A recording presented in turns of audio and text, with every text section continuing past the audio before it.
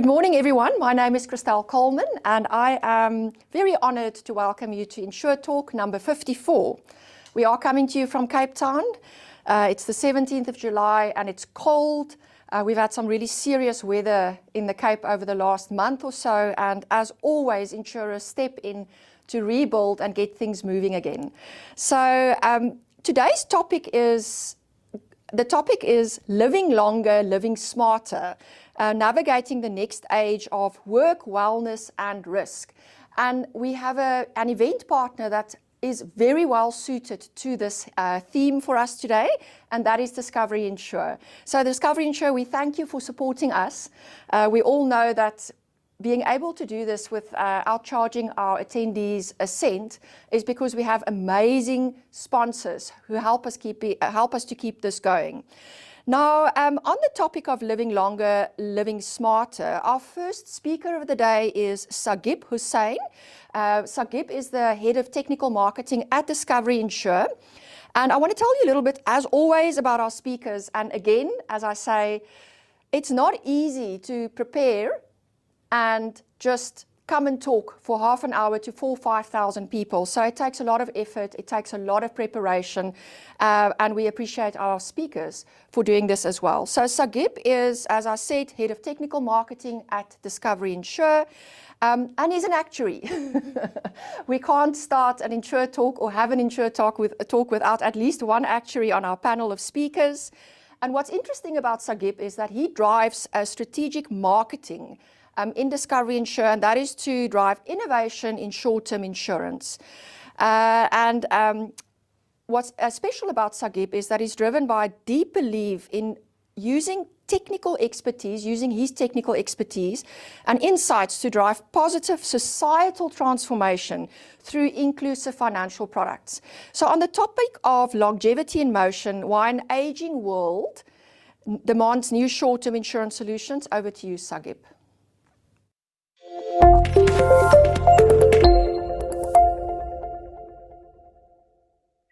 All right. Thank you, Christelle. Good morning, everyone. It's a real pleasure to be here on behalf of Discovery Insure. I am thankful to Christelle for not making an actuary joke, which I'm quite familiar with whenever these forums do come up. But yeah, really, really grateful to be here and to be a partner and always having a conversation with our advisor partners. I'm going to quickly share my screen and then we can get started. All right, hopefully you can see my screen. So the topic today that I'm going to be unpacking is longevity in motion, why an aging world demands new short-term solutions. So it might be a bit of a strange topic in the beginning. You might be wondering, well, what is the link between aging and longevity with short-term? It's typically something long-term insurers and life insurers grapple with quite a lot, but not something you typically associate with short-term.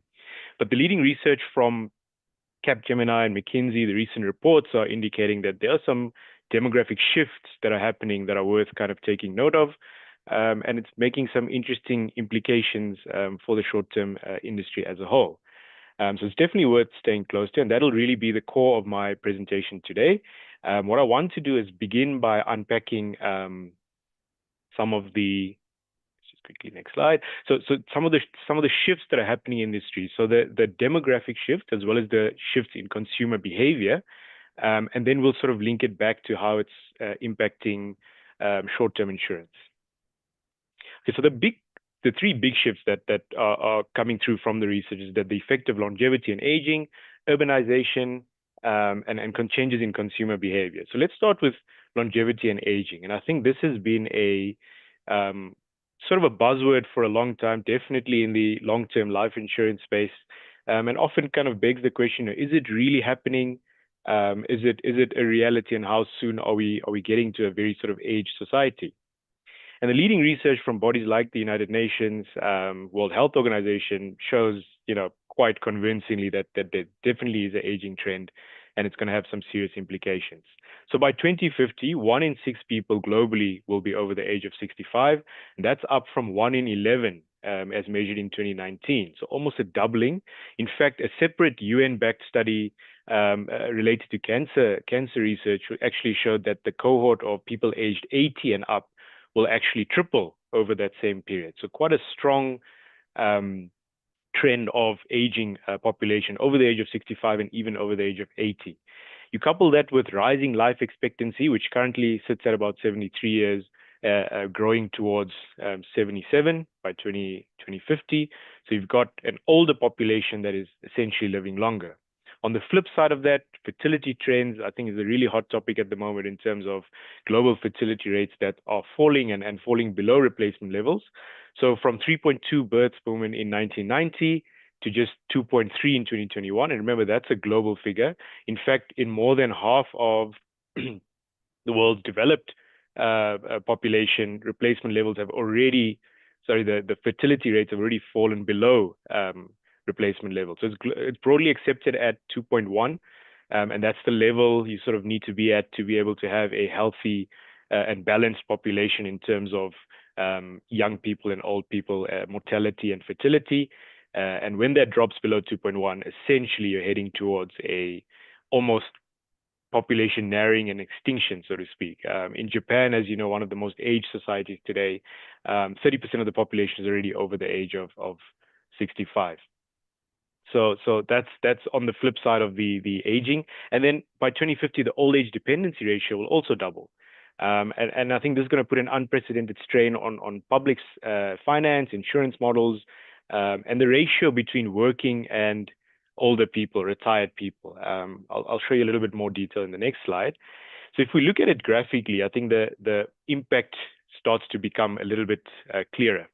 So if you look at this older cohort, you can see massive shifts there over the next 25 years or so, versus in the younger cohort where it's very minimal, if not even in fact the opposite direction. So again, talking to that lower or drop in fertility rates. And you can see this is shifting the fundamental balance in the population from one that looks like, it's more tipped towards younger people, less older people, to one where there are many, many more older people and less younger people. So global dependency ratio, as I said, is said to increase beyond more than 60%. So for today's kind of numbers, the average per 100 working people, you might have about 16 seniors that need to be supported. That number jumps to 26 by 2050. If you actually remove Africa from that number, that number jumps to 31 per seniors per 100 people.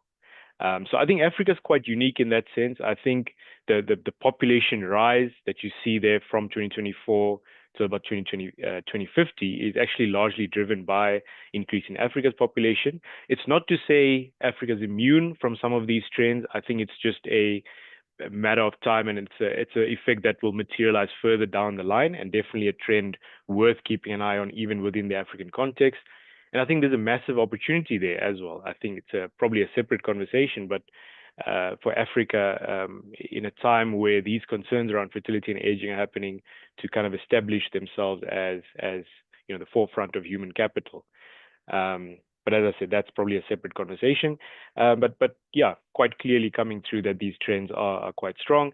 In a separate study by McKinsey, confirmed some of these numbers. So 15% of the world's population is said to be older than 65, versus 12% in 2023.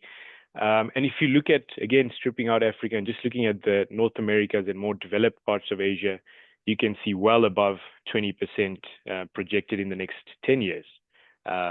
Just in these countries, where there's a little bit of a different impact for Africa. All right, so moving on to urbanization. Urbanization is not a new phenomenon. I think it's always been a common trend of people migrating from rural areas into urban areas in search of better economic opportunities, better healthcare, better civic amenities. These are not new, but the scale at which it is happening and the scale at which it is projected to end up is what is concerning. So 70% of the population, of the global population, will be living in cities by 2050, and more than half of those urbanites will actually be aged 50 plus. So you can imagine this is quite an unprecedented concentration of people and wealth in a very narrow geographic location. And I think naturally one of the big concerns that stems from that is catastrophic risk is amplified. The severity of a cat event is materially amplified when you've got more and more geographical narrowing in terms of where people and wealth are situated. Maybe a less common or less obvious impact would be on the aging infrastructure. So as you've got larger and larger parts of the population putting more pressure on grids and roads and public and private buildings, you're going to see a higher rates of failure, and the propensity for failure goes up. And I think there's some interesting implications there for commercial lines of insurance.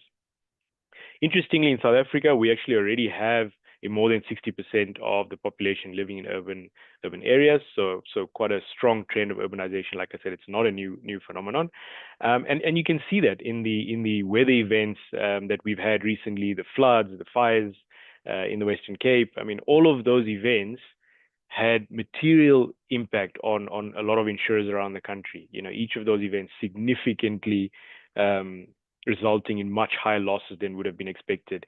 And it's largely driven by this type of concentration, urban concentration. Now, naturally, climate is an amplifying factor of any sort of urbanization. You know, where you've got concentration of risk, climate risk is going to amplify that. But there's a sort of interesting trade-off between climate and climate impact and technology. So obviously, yes, with climate is well documented in the short-term insurance space and it's well tracked. But one of the sort of lesser impacts is actually the impact on worker productivity that is expected to sort of go down as people age, and the impact of climate and increasing difficulties around working conditions. But then there's an offset from technology where use of AI, generative artificial intelligence, all of these things are actually improving worker output by up to 50%. So there's a trade-off there. The other interesting area where technology and AI is going to play an important role is sort of something like geospatial data and its use in underwriting. So, for example, this is a map of Stellenbosch. If you look at this popular guest house here at 4 Piet Retief, the proximity to the river there, I think, might have historically led to some sort of risk factors or being considered a high risk as a result of, you know, potential flooding from there. But with the latest AI and satellite imagery, you know, we're able to map out the flood zoning a little bit better. So when you've got satellite imagery, topography information, historical flood information, it allows you to more granularly, with the use of AI, map out where those flood lines will be.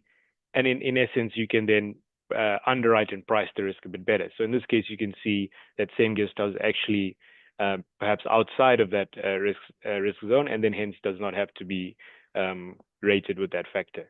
So I think, you know, in a world where urban concentration is a reality, if we're not improving the granularity of underwriting and risk management, insurance tends to become uneconomical. If you applied a blanket approach to all type of risk, and as that risk tends to concentrate and increase in value, insurance cover may actually become uneconomical. And it is these technological advancements that are allowing more granular type of look at risk in general.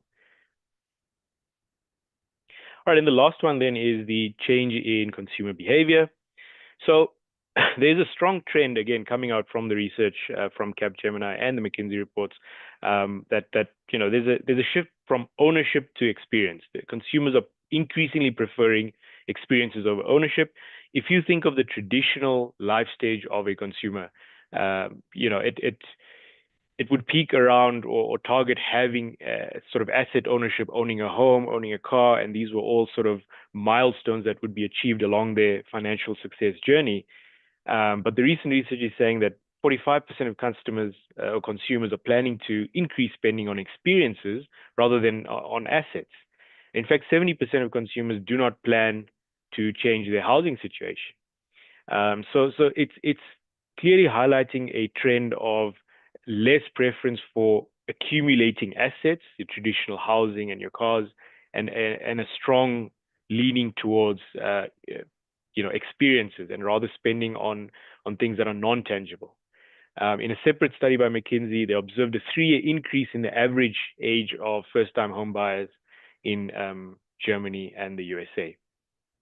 So fundamental shifts in how consumers view the very assets that are the subject or the items of insurance is changing, and that you can sort of relate quickly there that's going to require some sort of adaptation.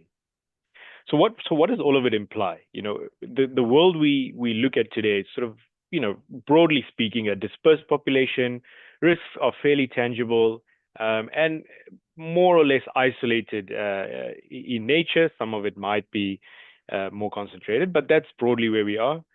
And the world that is taking shape is one where there's risk is far more concentrated. Risks are becoming increasingly intangible. As I said, shifts away from asset ownership to experiences. What you might be insuring is no longer tangible. And you've got an interconnected systems, in this world of Internet of Things and smart homes and phones and cars. Everything is interconnected, but that also means risks are amplified. And you've got interconnected risks. So how do we shape or reshape the product and the advice framework that currently exists in the short-term insurance space to be appropriate for the world that is taking shape? Okay, so bringing it a bit closer to short-term insurance, I think by now you can almost get a feel for the fact that, yes, some of these demographic changes and consumer behavior changes are actually fundamentally shifting sort of the very fabric, the very framework that insurers and advisors have previously looked at and developed solutions and developed their advice around. That entire framework is changing. So this shift will reshape financial needs, consumption habits, and risk profiles across society. Looking at risks, assumptions that underpin traditional risk models, they may no longer be relevant. I mean, they may have been developed looking at a society that had a preference for assets and ownership and less in terms of experiences. And are those frameworks still relevant? Actuarial models need to evolve and address both the claim frequency and severity and the type of changes that will come about as a result of these demographic and behavior changes. And ultimately, products and advice needs to adapt. Consumer behavior is shifting. The experience economy is on the rise, and older consumers may demand more flexible, usage-based kind of service-oriented offerings versus pure sort of financial indemnity. So yes, aging is not just a concern for your long-term insurer for life insurance. I think it's redefining who we insure, what we cover, and actually how we price that risk in a non-life insurance setting. So for example, let's look at our average client today. So this is from our own data. If we look at our average client today, what we see is sort of mid-30s, typical dual income family, primary residence roughly to the value of 1.5 billion rand, and then maybe vehicles to the tune of 600,000 to 800,000. And that's, like I said, the traditional historical framework kind of lends into what you would see today. And they're digitally informed, sort of leaning on the broker for fit for purpose cover, and prefers responsive service in an increasingly digital age. But what does this average client look like in the future? And remember, this is not that same client in the next 30 years or so, or 20 years. It's the average client that we will see, say, in the next 25, 30 years. I mean, you can only imagine, just based on some of the research that we have seen or have been unpacking here, it's probably someone in their late 50s, either paying off the bond still because they, opted to start home ownership at a later stage, or possibly even just renting because they have no preference for home ownership, focusing on safer, less driving, but older individuals can be at risk of higher risk of serious accidents.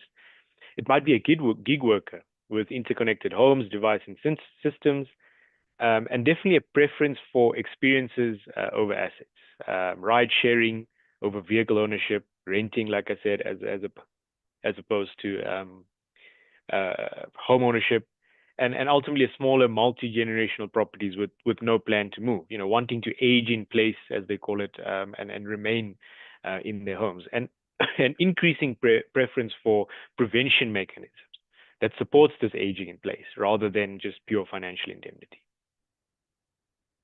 So let's unpack a little bit, like, per line of insurance, typically some of the things that we might see coming through. So considering property and some of the trends in terms of the consumer behavior that we're seeing there, So homes are going to be owned for longer periods, which means insurance cover needs to be more preventative and long-term focused.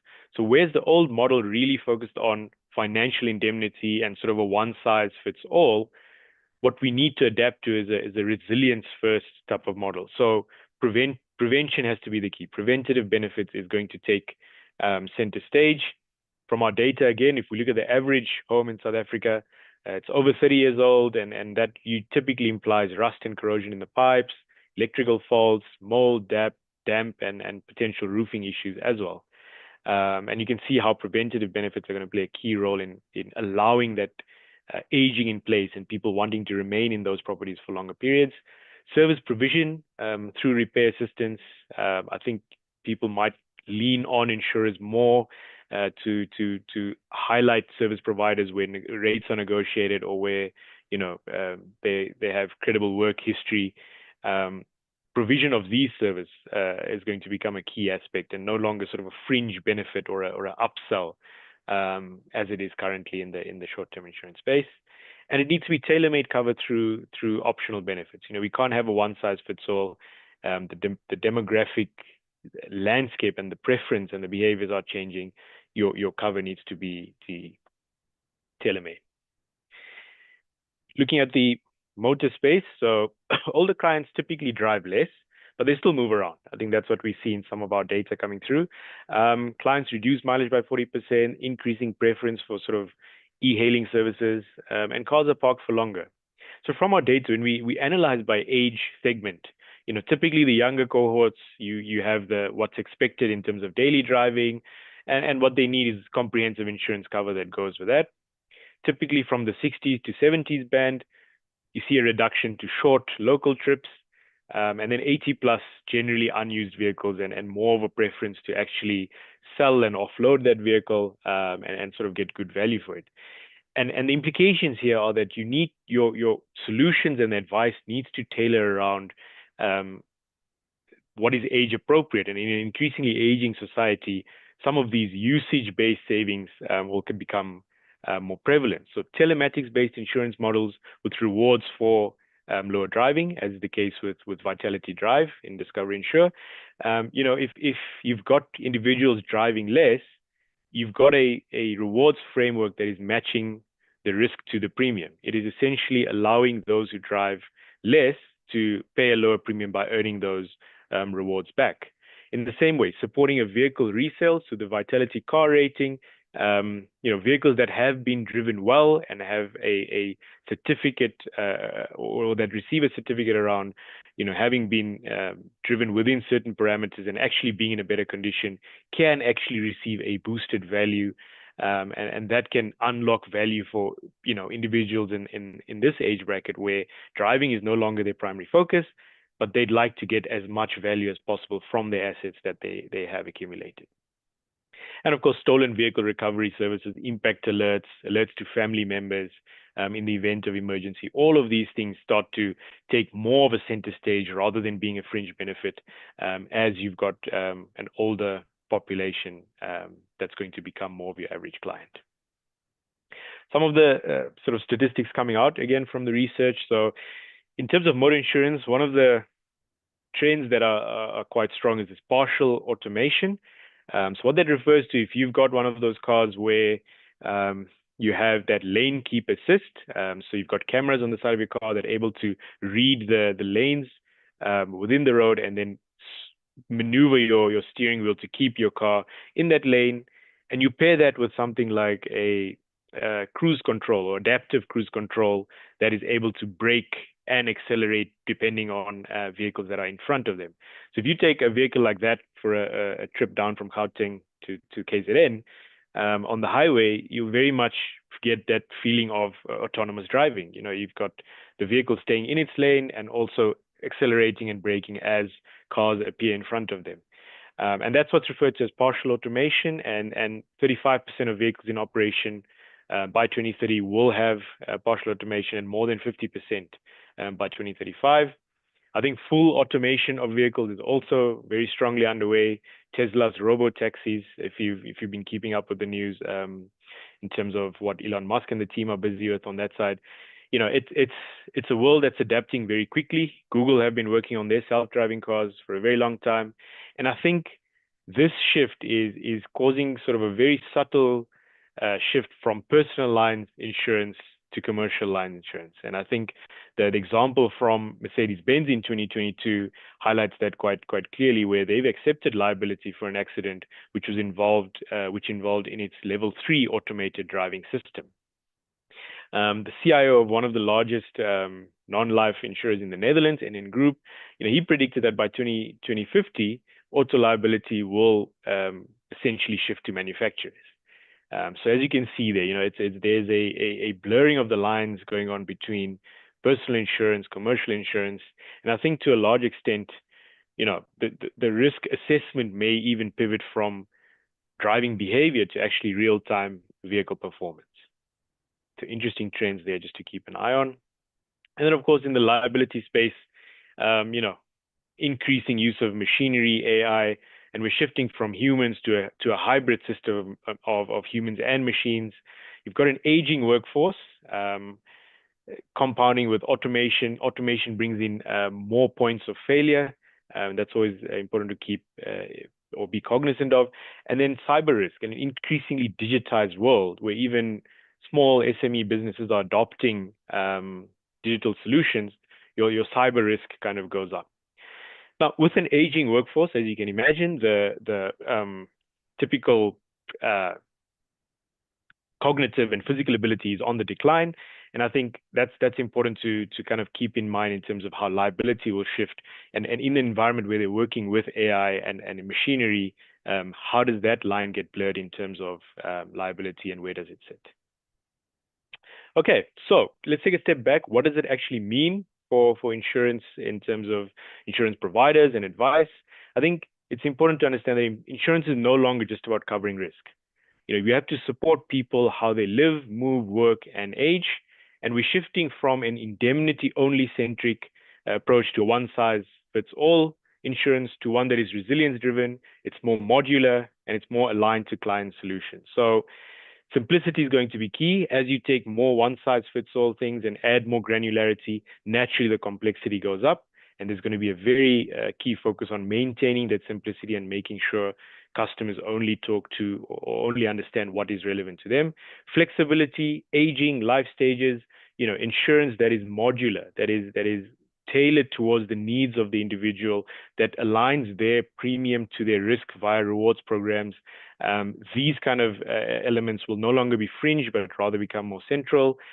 Focus on safety and security, and ultimately enabling the aging in place, a safe aging as they refer to it, and almost assistance and vehicle resale support. These will start to take more center stage. So, okay, almost at the last slide, future readiness. In terms of the advice world, I think it's always important to understand where you fit in and how this shift is going to materially impact the industry. So, I mean, it begins with understanding this changing client profile, right? And then you're better positioned to adapt to the consumer needs. I think already there's an opportunity to reassess coverage with older clients, even within the current base that you might have, and promote resilience services. Wear and tear, warranty covers. As people look to own assets for longer, these fringe items, as I mentioned, start to become a little bit more center stage, and clients may not be aware of them and understand and how those can actually solve for what they are actually changing their behavior towards. Impact alert, all of these security items start to become more center stage. Talking about independence and not assets, I think reframing that conversation around as people age, the independence and being able to enjoy their preference for experiences should shift to around preventative measures, safety, and not just cover limits and indemnity insurance of just saying this asset will be replaced with this value. Bundle smart, not broad. Focus on add-ons that address the real need, not just blanket upsells. And I think being a trusted translator is going to be the ultimate kind of role the advisor is going to play. In a world that is shifting, in a world that is always complex, the financial world, both the insurance industry as well as the consumers lean heavily on advisors to simplify the complexity, personalize the risk, and guide your choices. And that's really the value that you would bring from that space. that brings me to the end of my conversation. Thank you so much for this opportunity. I do believe you can leave some questions in the Q&A box, so not in the chat, specifically in the Q&A box, and we'll try to get through as many of those as possible. All right, over to you, back to you, Christelle, and thank you everyone.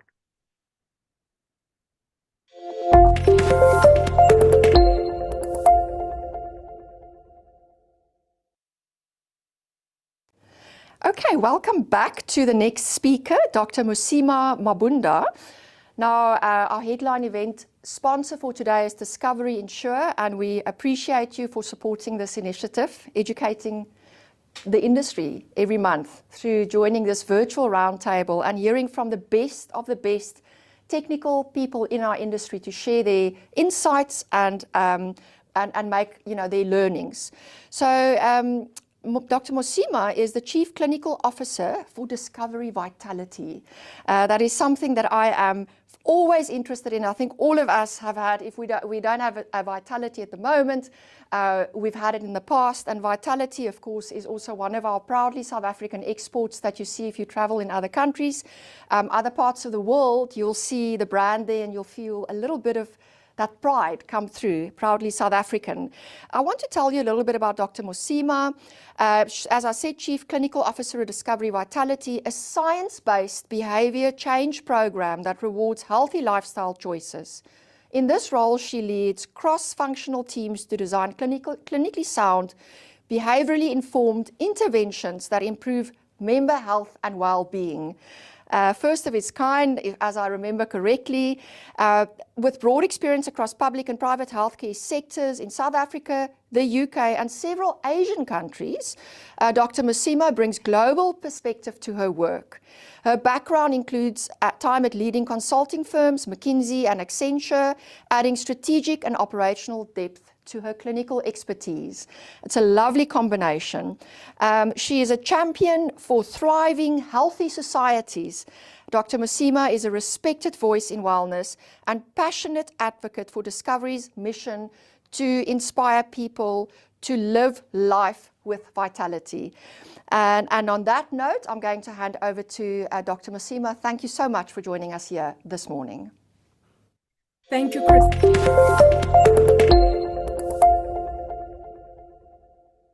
Thank you, Crystal, and good morning, everyone. Just please bear with me as I share my presentation. Just give me a second, and then we will kick off just now. Okay.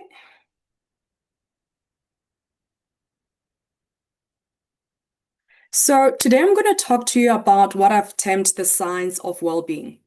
And just in the interest of time, if you have questions during the presentation or following through, you can please just put them in the Q&A, and my team and I will respond offline outside of this.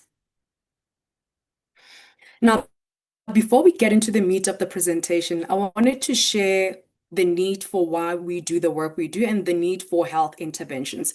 If you look on the left, I've got physical inactivity, poor nutrition, alcohol abuse, smoking, and inadequate screening.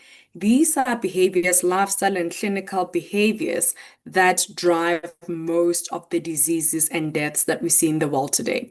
So if you start with physical activity, for example, you'll see here on the left that physical inactivity, people who are not as active as they should be, as per what the World Health Organization recommend, it's associated with 5 million deaths each year worldwide. And if you think about the WHO in terms of their recommendations, which they updated last year, their recommendation is if you can be active for 150 to 300 minutes, if you can do more than 300 minutes, that's fine. And that, if you break it down, it's doing an equivalent of 30 minutes per day. And you can do any activity that you want. So in essence, when we say people are not active enough, we mean on any given day, people are doing less than the 30 minutes of activity per day. And it's not just a South African problem. Across the globe, we know that 1 in 3 adults are not as active as they should be. And unfortunately, we see that that trend is actually worse in adolescents. And we also see that in our data. And the same you go to nutrition. Poor nutrition drives deaths globally and is responsible for many of the non-communicable diseases, which are things like diabetes and heart diseases. And one of the drivers and what we see in our data, and this is replicated elsewhere, is because many of us eat a lot of ultra-processed foods.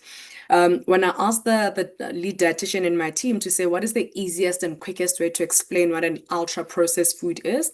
She said, if you look at anything and it doesn't look like what the original ingredients look like, or you count in more than 3-4 ingredients, it is processed, right? So many of us eat a lot of ultra processed foods, and that is not good for our health, right? And if you look on the right, in South Africa specifically, what we see, and we track this in our data as well, that we eat twice as much sugar and salt and half as many fruits and vegetables as recommended. Same goes for risky alcohol consumption. And you can go down to smoking. I think many people are familiar with the health harms that are associated with smoking. I mean, South Africa has actually taken the lead in implementing policies that try to reduce smoking rates in our country. But I think the country that takes the prize is New Zealand, because they're working towards a world where tobacco smoking no longer exists in their country. And I think they're on their way to be successful. And the last point on the slide is inadequate screening. Unfortunately, even if you do the top 4 behaviors that I've mentioned and you don't screen, you're not doing yourself service, because what screening does is it allows you to pick up any condition much, much earlier before it is problematic. The earlier you pick up something, the more you can arrest its progression, and you give yourself a better chance to actually manage it and avoid complications and premature mortality. So if you exercise and you eat well, you don't consume alcohol, or you consume minimal amount and you don't smoke, that is beneficial because you're reducing your risk, but it doesn't eliminate the risk. So you still need to get into the habit of screening so that you can give yourself a good chance to actually minimize complications that arise from these conditions. Now, I'm hoping this slide captures why I was going into the detail on the previous slide. You'll see here that we know that 60% of deaths are due to what we call non-communicable diseases. Non-communicable diseases are chronic conditions. It's not like communicable diseases are infections. You can pass them from one person to the next, like COVID, flu, pneumonia, diarrhea, etc. But non-communicable diseases are generally what people call diseases of lifestyle. And we know they are driven by the 5 behaviors that we discussed out there. So if you don't engage in physical activity, if you don't eat as well, if you are abusing alcohol, etc., what you are doing is you are increasing your risk of having these non-communicable diseases. And we know when we look at the table of causes of death in terms of what are the drivers of causes of death, these are the conditions. And what are the root causes? It is the fact that we are not engaging optimally in these lifestyle behaviors. So that brings me closer to starting to explain then why we do what we do and why we are structured the way we're structured in terms of how we deliver our work. So in the past 2 slides, in essence, what I was saying is the nature of the risk that we're facing is behavioral. I was talking specifically in the health context, speaking to how key behaviors drive non-communicable diseases that are responsible for 60% of the deaths, which is on the right in 2017, and that's still applicable today. If you go back to the 1900s, 1800s, and you read about what used to cause deaths then, this was before the era of your antibiotics, etc. Communicable diseases were driving the cause of death. Right now, that is not the case. It is diseases of lifestyle that are driven by behavioral risk that are responsible for premature mortality and poor health span.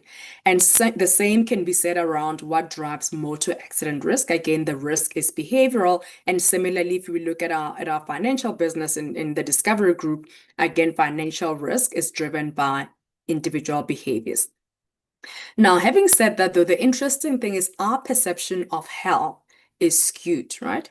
Where if you look, like when you ask people to say, rate your health in terms of whether it's good or not, people with 4 chronic conditions, like 65% of them will say, oh, my health is great, right? And it's important to be aware of the cognitive biases that inform how we view ourselves. Because if we were to go with what we think, that, oh, I'm fantastic, I don't need to screen, then you actually realize that this is someone with possibly 3 or 4 chronic conditions who actually need to screen more than anyone, and who needs to take a concerted effort to ensure that they engage in healthy lifestyle behaviors. So just keep that in mind as we go through the deck. And again, similarly with driving, people's perception of their driving versus reality is not always the case, right? And then you move to the right, and if you come into a healthcare context and think about yourself, many of us fall for this hyperbolic discounting, is we tend to value rewards that are immediate or in the short to medium term versus rewards that are going to be reaped later in life.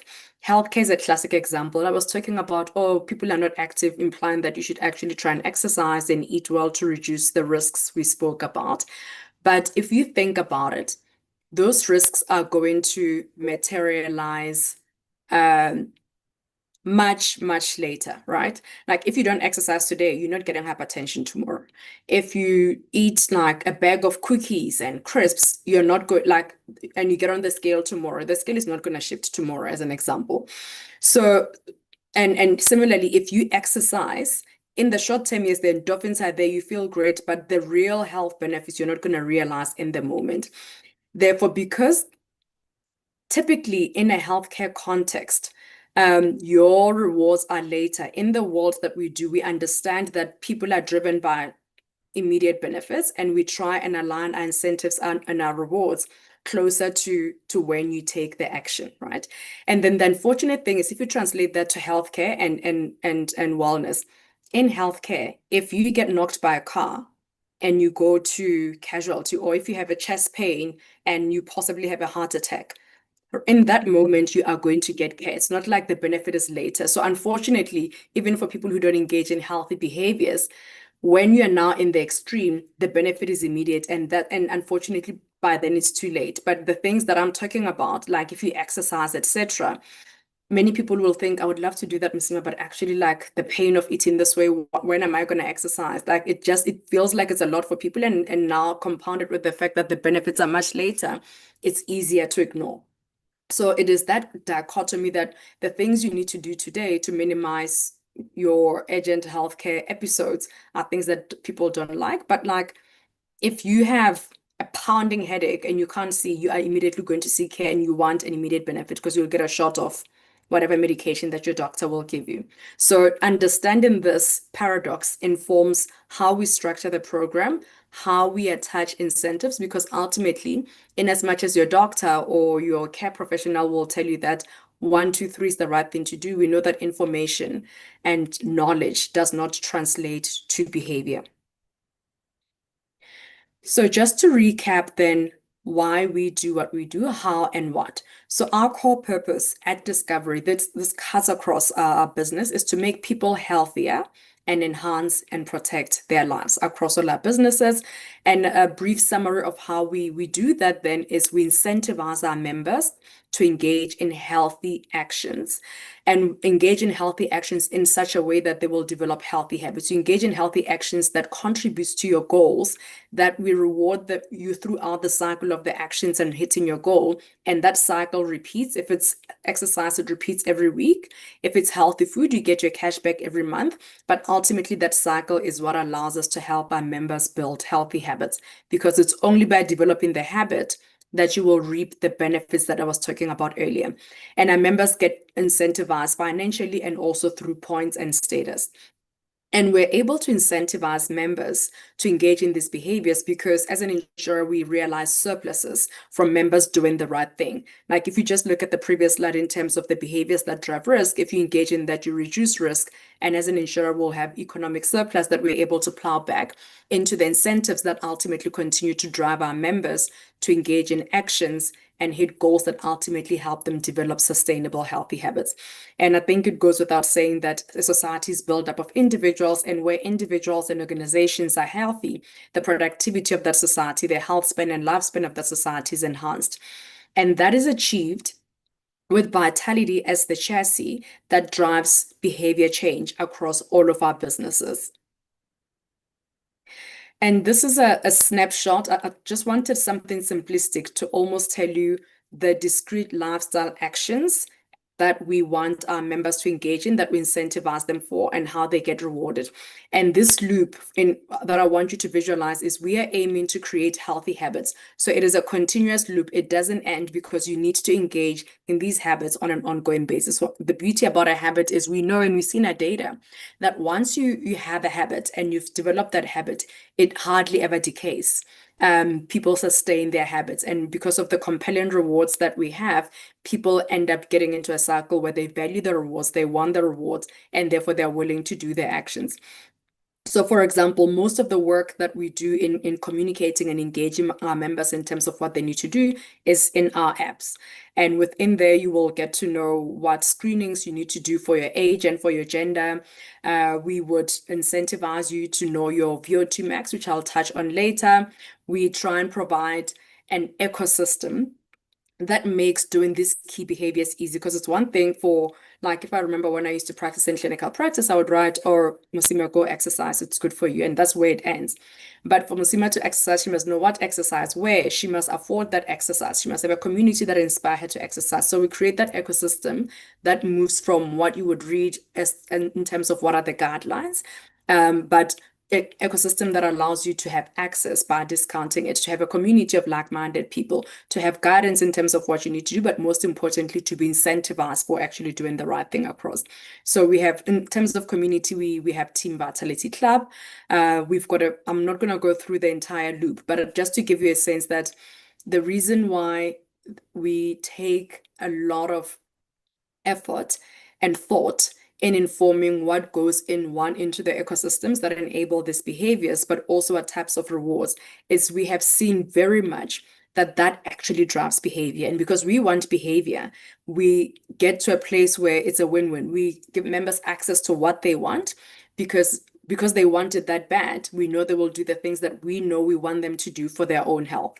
It's interesting because that's just how human psychology works, the science of health behavior change. And we see, let me go back.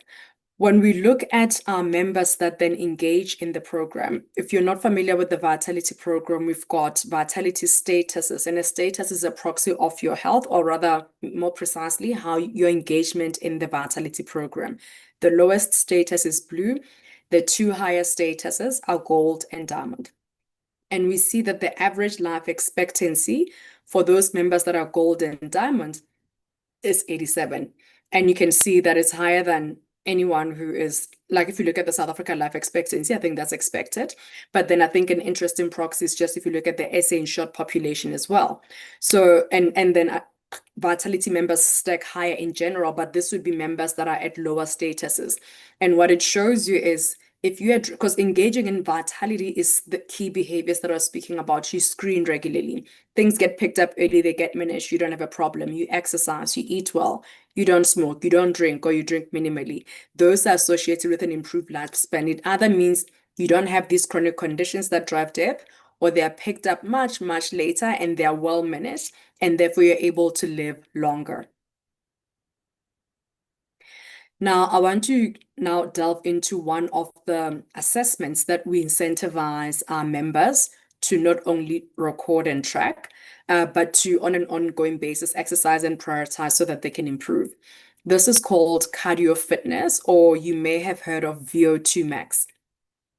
VO2 max, as of 2 years ago, if not last year, has been recognized by the American Heart Association as a vital sign. A vital sign is typically a metric that when you go to your doctor, they will check to make sure that you're okay. I think many of you would be familiar, if you've been in any doctor's room, they would put a blood pressure cuff. They would probably put you on a scale, or they'll prick one of your fingers to check if you to check for your glucose, sometimes cholesterol, but it's mainly glucose. Unless if you're doing a health check, they would put like a oxygen saturation machine to see your oxygen levels in your blood. VO2 max is considered as important as those metrics because it predicts risk in the same way, if not more. So because of that, and because in our program, we're wanting to identify risks early, we're wanting to help members improve their risks so that if you think of that shared value circle, that we incentivize members, but ultimately it allows us to have surpluses that allow us to invest in our richer rewards ecosystem. So here's other stats that I'm not going to go into, but you would know last year, if you're not aware, last year in our program, we then introduced VO2 max or cardio fitness, and we award members with up to 10,000 points if they get to the highest level of VO2 max, which I'll share in the subsequent slide. But if you hadn't heard of VO2 max, what I would like for you to take away from this slide is if you don't know what your VO2 max is, you must make it your priority to know. It's actually very important. If you have a wearable device, most wearable devices actually track VO2 max, and it is a proxy. If you don't have a wearable device, if you go to a bio and ask to do a fitness assessment, at least I know in the Vitality Fitness Assessment, they can do a proxy, but maybe others do, they can give you an estimate of your VO2 max. It is critical. It's not enough just to exercise. You must exercise because obviously exercise also improves VO2 max. You need both to reduce your risk. So how we have structured cardio fitness points in our world to try and guide members to optimize their cardio fitness level is we did percentiles that determine the lowest percentile up to the highest VO2 max, and points are awarded accordingly. And what I like about this structure is if I now go for a run and I do a run and my Garmin gives me a VO2 max and it says I'm on the 40th to 59th percentile, which is level 2, it doesn't mean it's the end of the world. What it means in our world is if you continue to exercise and your VO2 max improves from level 2 to level 3, you will earn the additional 2,000 points to get you to 4,500. So our members are actually incentivized to continue improving their VO2 max. But we also are cognizant of the fact that we are at different levels of exercise. I mean, if you look at like someone who gets level 5, that's literally 95th percentile. These aren't like your serious athletes. The volume of exercise you need to do to get to the 95th percentile is not something that everyone can do, but also equally, most like the maximum, if you look at the curve of health benefits, you realize incrementally the biggest gain if you jump to level 3, and you still realize some gains level 4 and 5, but they're not as much as moving from the lower levels to level 3. So a combination of the fact that it takes everything. It will take everything out of you to reach level 5, but if you like the challenge and you're like me, you should definitely take it up.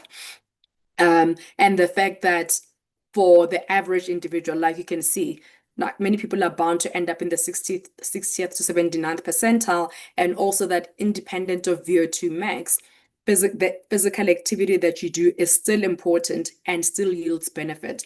We then included the VO2 max points within the broader physical activity points. In the Vitality ecosystem, your exercise points per annum are 30,000. So these 10,000 VO2 max are within that 30,000. It's not extra, so that people that are at different level of fitness or for whatever reason don't feel discouraged and think that they will only earn these 10,000 points if they get to the max VO2 max.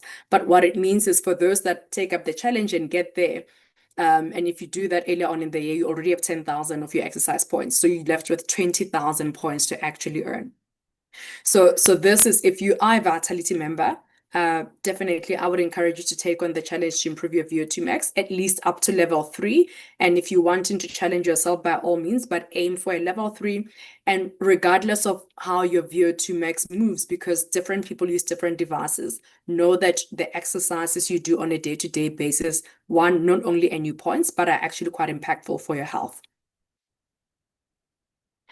And when we looked at our data set, we saw what we would have expected based on external research, that those individuals with a higher cardio fitness have lower hospital costs, right? Which is why then we incentivize it in our world. And I'm having this conversation with you to make you realize. And even if you're not a Vitality member, you want to have lower hospital costs, regardless of who your insurer is, not only for your insurer's sake, but for your sake. I don't think anyone enjoys being sick, let alone being in hospital. So it's an important metric for you to prioritize because it informs your health and your well-being, and it can avoid you preventable hospitalizations. And similarly, when we looked at health check outcomes, when we wanted to see whether it be individuals with a higher excellent or superior, that was level 4, 5, higher VO2 max, we wanted to see what their health check metrics are. So for those that are not familiar with the Vitality Health Check, it is an assessment, a composite assessment that we encourage our members to do every year, where you are, that's like the last block that I spoke about, which is screening. You are checked for diabetes, they check your glucose, they check your cholesterol. We also check your weight status by looking at your BMI and your waist circumference. We ask you to do a smoking declaration. We look at your blood pressure. So that is the Vitality Health Check. So we took results from the Vitality Health Check and looked at the VO2 max results. And what we saw is for those individuals who were at a higher level of VO2 max, their blood glucose and their blood pressure were much lower, right? And then you can tie that with my previous slide around health claims and higher VO2 max to see how the benefits of VO2 max are mediated in these conditions. And then we went on to look at the exercise habits of our fittest members. On the bottom left, what we saw, if you look at the bottom, is duration of exercise. I think the key thing to note is we've noticed that their workouts are longer, right? They're not just 30-minute workouts. You need to be doing a slightly longer workout. We also picked up that they work out more days in a week and at a high intensity. And you would expect this because that talks to the volume of exercise, right? If you exercise longer at high intensities, more days in the week, you're doing a large volume of exercise. And as a result, you will likely improve your VO2 max. So as you think about moving across from one level to the next, these are the variables that you can think about to say, maybe you can pick one. If duration resonates with you and you're now exercising for 15 minutes per day, you can challenge yourself to do 20, 25, ultimately building up to 30 minutes, and you move that way and increase duration. If number of days is a thing for you that you feel you can modulate and you exercise once a week, you can challenge yourself to add a second day until you build up to at least 3 times a week. And if you can do 5 days a week, even better. And similarly on intensity, if you generally do lower intensity exercises, then you know that that's another lever that you can opt to prioritize and start to challenge yourself to increase intensity of your exercise. And again, we know in our world that healthy behaviors tend to cluster, and it wasn't surprising that these individuals that have high VO2 max, they complete their health checks, they tend to sleep longer, etc. So this is not even according for VO2 max. What we see is health behaviors tend to cluster.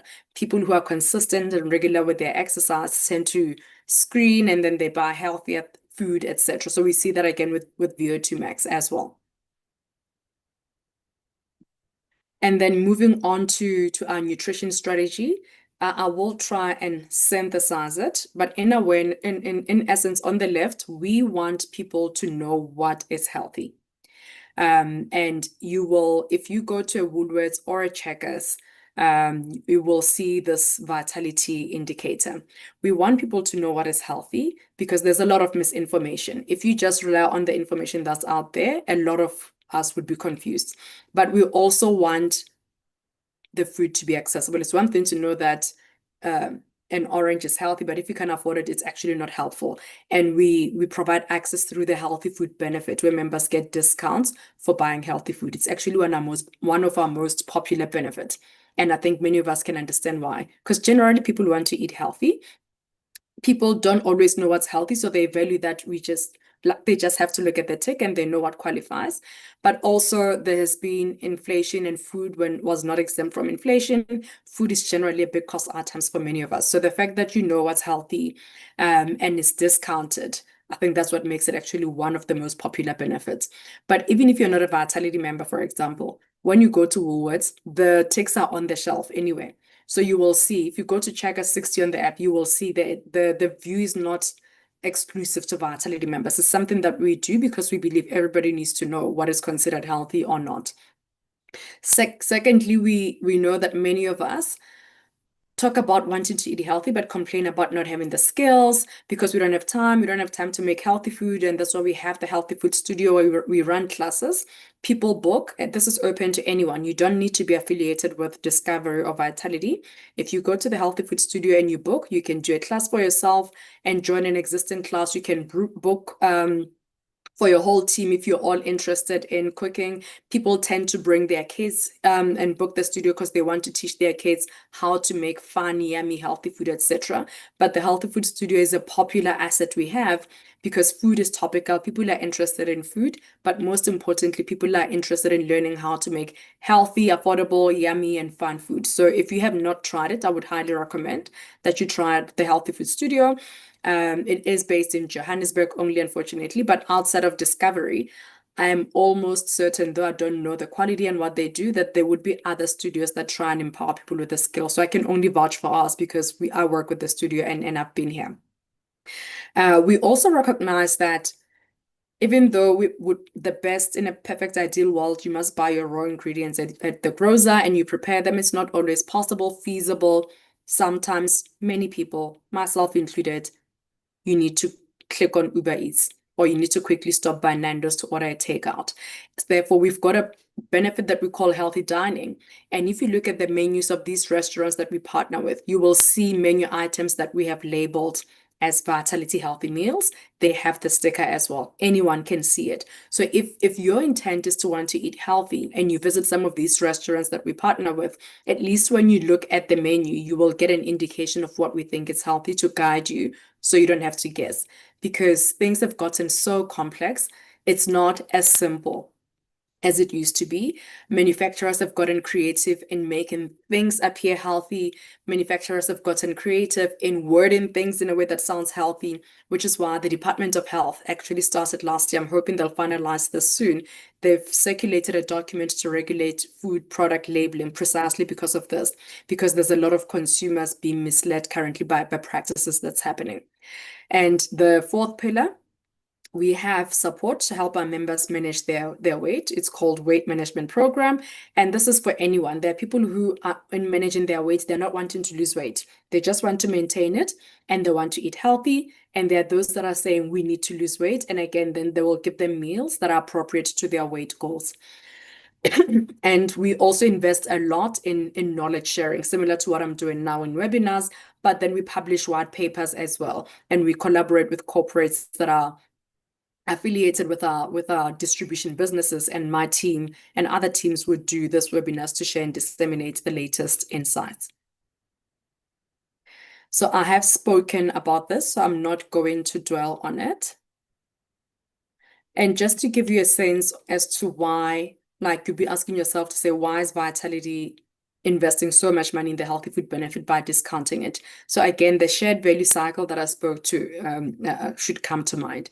We know and we've seen in our data that putting incentives on healthy food shifts people's purchasing basket.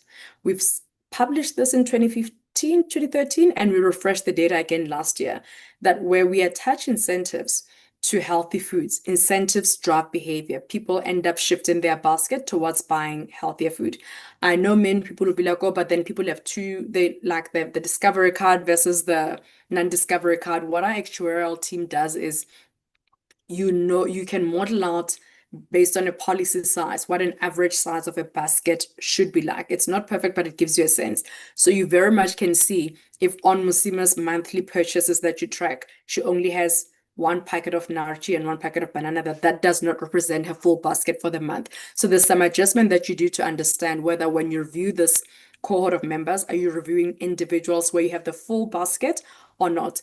And I promise you, we're seeing that most members in general, there is a shift in their basket once they start activating the healthy food benefits, which is why we'll continue having the benefit, because then if you buy healthier foods, you're ultimately going to have to consume the food. So it drives healthy eating behavior. And then just in a nutshell, I won't go through this, but the benefits to us is reducing risks of non-communicable diseases that I mentioned earlier, including hospitalization risks. And here it's a snapshot of our healthy weight. The reason people like it is because I think most of our members call it's like having a dietitian in your pocket. Because at least like similar to me, the ability to just WhatsApp your dietitian coach and get guidance. You can also engage with the app. So that flexibility of being able to WhatsApp and engage in the app and get personalized meals for you, for your goals, as what people like. And also, even if you're in a space where you're not able to adhere to your meal plan, what I enjoyed the most is I can just say, you know what, life didn't go as planned, but this is what I have on my desk now. Take a picture, send to my coach, like, tell me, should I buy it? Should I eat it? What should I think of? And my coach would give me advice, even on the food items that I'm eating that were not quite what she had recommended that I eat. So I like that it's personal and it's adaptable. And our members that have been on this program have lost weight. And lastly, if I ever talk to you next time, I will be talking to you about sleep. You will notice in the behaviors, and you're probably asking yourself that you're talking physical activity, nutrition, etc., but why are you not mentioning sleep?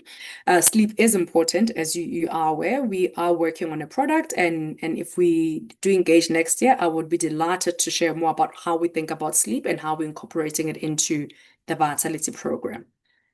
Thank you for listening. Thank you for the time. I appreciate it. And any questions, please put it in the Q&A, and my team will write written responses.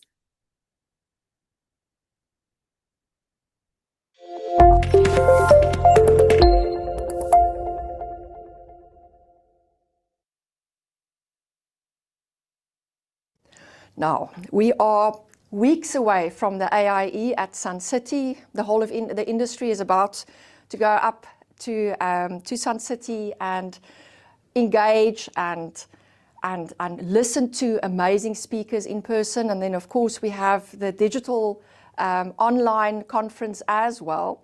But today I'm so excited because it feels like I am the first one to introduce this wonderful new character into your world. So next up, we have someone very special joining us to give an update on IISA. She represents the future of innovation, intelligence, and imagination. Please welcome Isabella, IISA's AI-powered baby prodigy. She may be little, but she's packed with powerful capabilities, and she's here to help us see the world and the IISA's services through fresh, smart, and dare I say, digital eyes. We're going to hand over to Isabella now. Welcome to the show, Isabella.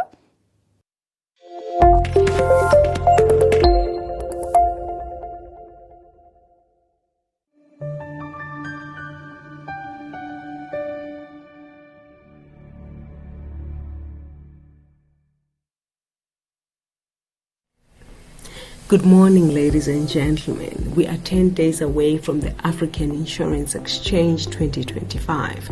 So today, I'm only going to focus on that. We are already over 1,100 in-person delegates registered for the in-person version at Sun City. So if you have not registered, you still have an opportunity to do so before we close registration. This year is a bit different. We are having a presidential changeover. Mr. Colin Milepe will be handing over the presidency to Ms. Zimkita Saungweme. This will start off at the AGM, which will be taking place on the 28th at 15:15. So be sure to attend the AGM, whether virtually or in person. And if you have not RSVP'd for the AGM, please respond to the call to action that has been sent out, or keep a lookout for the reminder that will be coming out in the next few days. That presidential changeover will continue with the inauguration ceremony at the Gala Dinner. Again, another event you do not want to miss. I want to close off by highlighting that last year at the AIE, we shared that we were adopting 2 schools from the Northwest. We went to the schools with some of the corporate partners in the ISA team. We shared with the 2 schools on the insurance profession. We actually also had the 3 top insurance apprentice at the event, and they shared a few words with the young bright minds from the schools. And we are going back this year. In fact, a commitment we made last year is that we will adopt the schools, and we committed to give bursaries to some of the students, top achieving students from the school. And those students will be joining us. The students that then qualified for the bursaries will be joining us to this event to showcase that what we commit to, we actually do deliver and live by it. And that is our practical and intentional way of showing our commitment to any promise that we make. So do join us for the African Insurance Exchange, but also take it further. Join us for the CSI event, which will be taking place on the 30th of July at the schools where we had committed this initiative. If you've not registered, as I said, you've got an opportunity to close off the month by registering for the African Insurance Exchange. And you know what? If you are not a member, you do pay a higher rate. If you are a member, you get a discounted rate. So take advantage of this opportunity and join us to transform your knowledge, transform your network, and become a better version of you. Did you know I have strong roots in the insurance industry? For the past 3 years, I have hosted the African Insurance Exchange Conference at Sun City, and I am thrilled to have been invited back to host the 2025 conference, which takes place from the 27th to the 30th of July. Now, this year's theme is the Baobab Advantage, multifaceted growth and continuous evolution. The organizers chose the Baobab tree as the theme. Now, this because, like the insurance industry, it's resilient, deeply rooted, that is the tree in the earth, and the insurance industry in the economy, and constantly adapting to the needs and circumstances of our people and our continent. Now, insurance plays a crucial role in our economic stability and growth, protecting livelihoods, enabling businesses to grow, and helping our communities to recover when life takes an unexpected turn. Now, I'm especially looking forward to the changed format of the conference. This is where there'll be 2 sessions running concurrently, that is, plenary and a breakaway session. The changed format also includes having 2 keynote addresses on each day. That's right. On day 1, Mr. Mteto Nyati, the executive chairman at BSG, will deliver a keynote address, and Mr. Abdullah Virashia, a global strategist and lecturer, will deliver the closing address. Now, on day 2, Brent Lindeke and Mandy Wiener will deliver a keynote address that will focus on changing the narrative and making things better. Ms. Putimahanyela Dabengwa, on the other hand, who's the SA Chief Executive Officer at Naspers Limited, will deliver a closing address on day 2, focusing on how African businesses can thrive this amidst global economic shifts and scale globally while staying ahead and focused on local strengths. So if you are in insurance, whether you are in life, health, short-term, or any other sector, this is your chance to connect, learn, and be inspired. So come and join us at Sun City from the 27th to the 30th of July at the premier event on Africa Insurance Calendar. Find out more and book your spot at www.aie2025.co.za.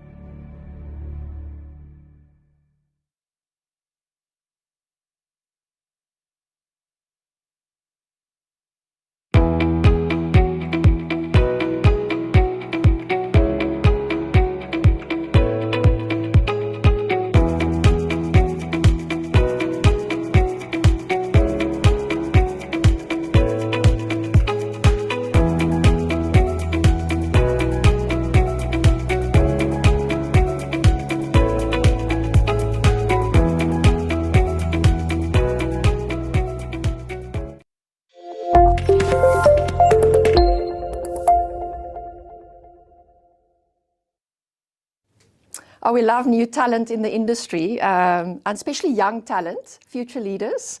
So on the note of the future of the industry, the future leaders, we are very excited to have, as always, every month, we have Rianette Whitehead with us. She gives us her FI News general media updates, and we just get a little snapshot of what's going on in the industry. But I do know that it is a very exciting month, and I'm sure Rianette's going to give us a little bit of insight because a very important episode aired last night. So to hear a little bit about the insurance apprentice, all the excitement there, as well as the rest of the industry and the news, we hand over to Rianette Whitehead, co-owner and editor of FA News and the mother of the apprentices. Thank you, Rianette.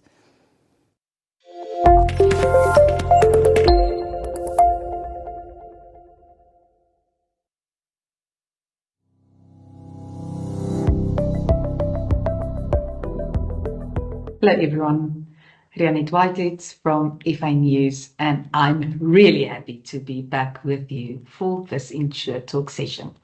As always, I'll give you a sense of what's happening in the industry, and then yes, I will end up with something very close to my heart, and no, I'm not tired of talking about it, because today is the big day.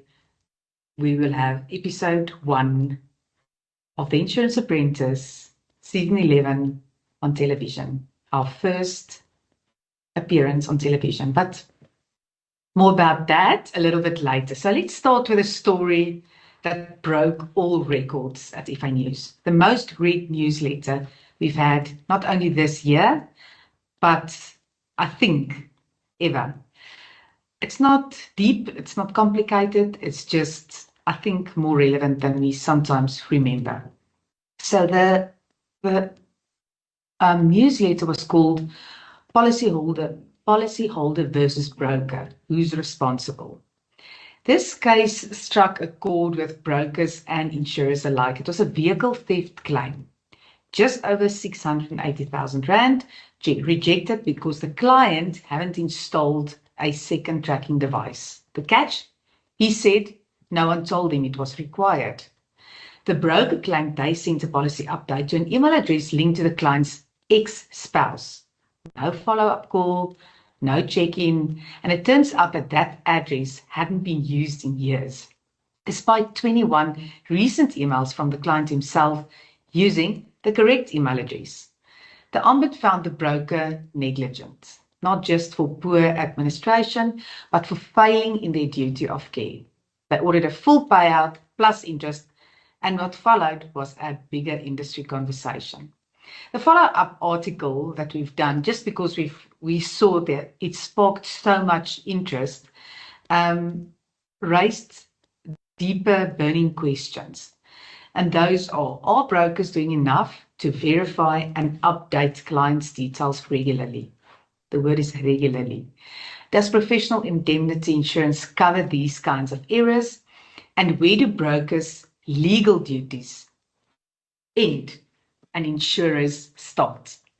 So we spoke to some legal and PI experts from the liability company, Leopard, I2 and others, and the message was clear. Brokers are being held to professional standards, equivalent to lawyers and accountants. It's no longer enough to just issue a policy. You need to document, follow up and communicate, especially around material changes to cover. PI insurance will likely respond to cases like this, but only if the broker can show they acted with due care and within their mandate. That means maintaining accurate records, communicating policy changes in multiple ways, and reporting possible claims timeously.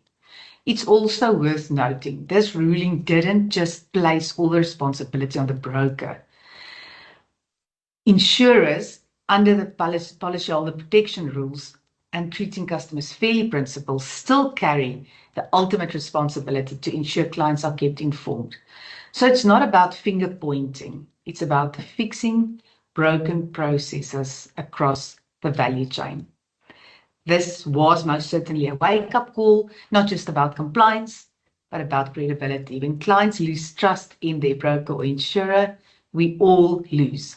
This theme comes from the beginning of the year in all my sessions. This ruling ties beautifully into something else I want to touch on, and that is COFI.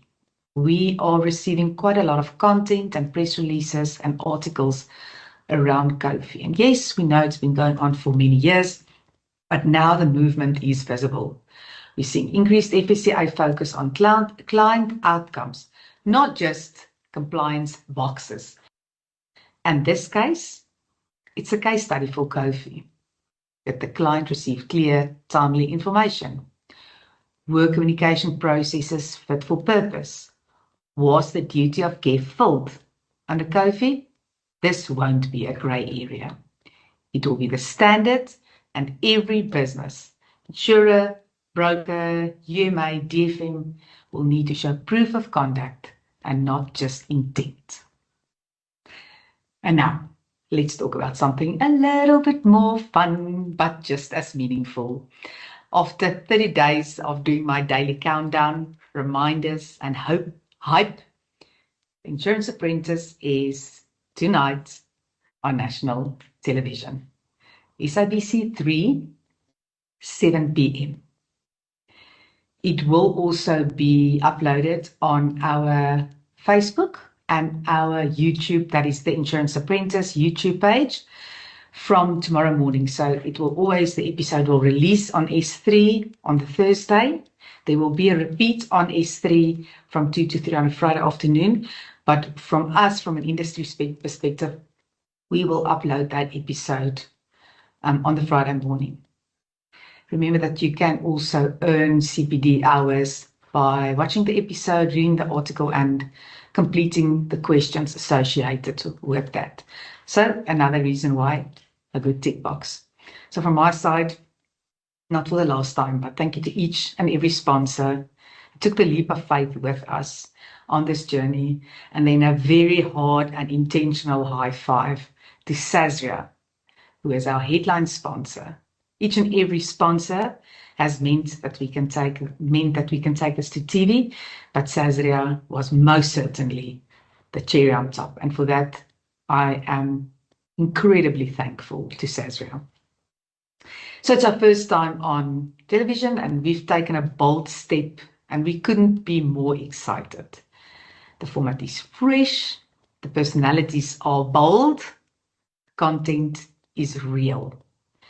Yes, it's competitive, but it's also deeply human. You'll see topics like leadership under pressure, regulatory change, product innovation, purpose-driven advice, insurance as a career, all tackled by young professionals, 35 and younger, from our industry. Our host for the season is Bobby Malloy, and everyone is ready to share season 11.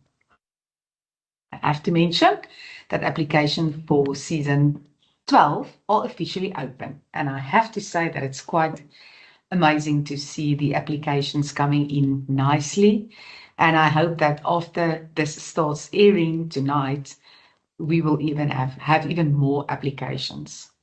So if you're 35 and under, or you know someone who's ready to step up, please go apply or let them apply. This platform has changed careers, opened doors, and built confidence for so many. And yes, I know I talk a lot about TIA, but I'm not stopping, because I believe this show is changing the way the public sees us. It shows the noble purpose of insurance and the real talent behind the scenes. So wherever you are in your journey, broker, advisor, insurer, support staff, whether you're revisiting your PI policy, mapping out your COFI plans, or just looking for something inspiring to watch on tonight, don't forget to tune in. A reminder that FA News does daily newsletters on topical industry issues, the one that I've mentioned in the start. In the beginning of the session, is one of the very, very much read topics. We cover a lot of the OMBIC rulings, compliance, regulatory, and we cover the whole industry. We print 6 editions per year. Update magazine is also digital. CPD hours at no cost. and a lot more things. I've also recorded very recently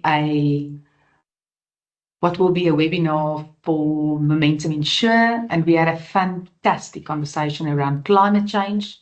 I had a panel of 5 people from various parts of the industry, and we really delved into the topical issues. It was absolutely fantastic, and I think you'll learn quite a lot by listening to that conversation, but that we'll probably share in August, so look out for that.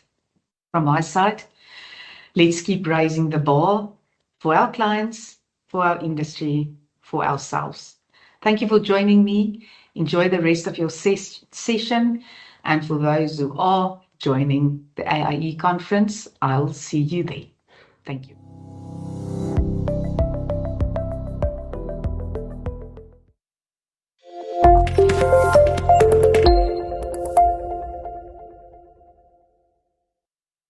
I'm still in awe of last month's entertainment, so you know what's happening next. It's time to get a cup of coffee, stretch your legs, maybe some water, and just marvel in the talent we have in this industry. If it's one of the things that I am most proud to be associated with at InsureTalk, is this initiative where South African talent is showcased to our industry. And we can do this because we have a magnificent sponsor supporter and sponsor in Business and Arts South Africa, BASA, established in 1997 as a joint initiative between government and the private sector. BASA is dedicated to fostering mutually beneficial partnerships between business and artists and the arts. They've got amazing innovative programs. They do grants, research, and BASA champions business investment in the creative sector, ensuring the relevance and sustainability of the arts in our society. We extend our heartfelt gratitude to BASA for their unwavering commitment to bridging the gap between commerce and culture, enriching both sectors for the greater good. And I do want to stand still here for a minute, because I know that artificial intelligence, ChatGPT and the likes, it's on everyone's lips all the time. And, the fear of the chatbots or the AI taking over what we do as individuals. And I'm of the firm believer that if there's one industry where AI will not make a dent, it's in the arts. Whether it is visual arts, performing arts, we will always want to see real people. And we will continue to support these artists here at InsureTalk. We've got Chad Nolan up today. He's a dynamic pop recording artist, and he comes here from the vibrant city of Cape Town. I'm sure he's also quite cold. He is known for his captivating vocals. He writes his own songs, very heartfelt, and he has many versatile music talents. On the 25th of April, Chad Nolan released his latest album, Wildcard. Sorry, I'm using up all my English words there for the day, which was produced by Jonathan Hector. This alternative pop album showcases his emotive vocals and poignant lyrics. With his infectious hooks and lush production, Wildcard is set to become a fan favorite, and I'm sure we're going to hear a few of those songs on our break today. Welcome to the show, Chad.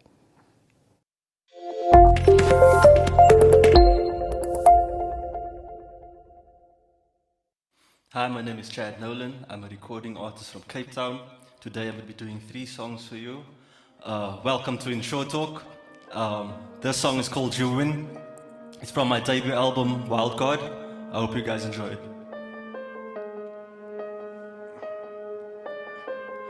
It's still so real to me, the way you played me perfectly.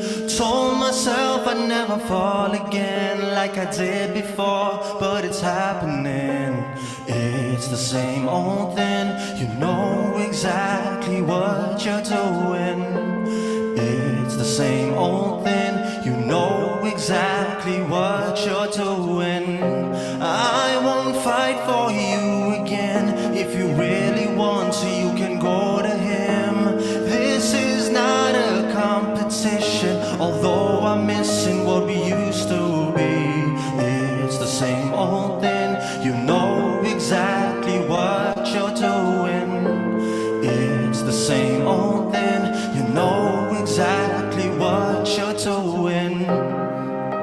Can I close passes me by. It's a little much to handle all at one time. There's no end to it, baby. I should throw it in. It's time to give it up, you win.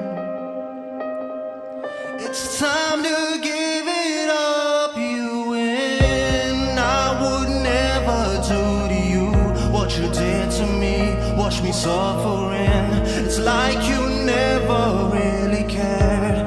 God be with you if you end up there. It's the same old thing. You know exactly what you're doing. It's the same old thing. You know exactly what you're doing. Can I close my eyes until it passes me by? It's a little much to handle all at one time. There's no end to it, baby. I should throw it in. It's time to give it up, baby, baby. It's been so bad lately, baby, baby.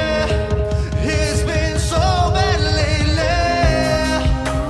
Can I close my eyes until it passes me by?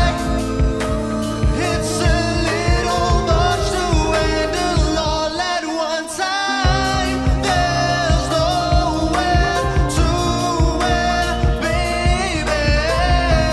I should throw it in. It's time to give it up.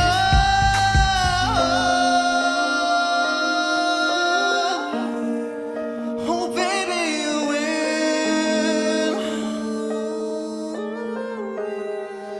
You win, you win.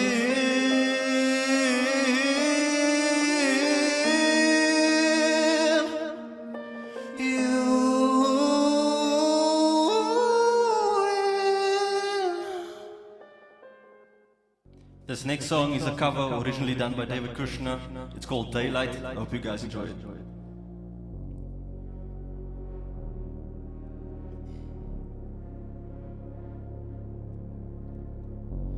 Telling myself I won't go there.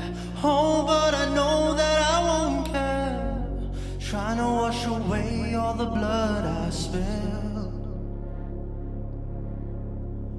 This lust is a burden that we both share. Two sinners can atone from a lone prayer.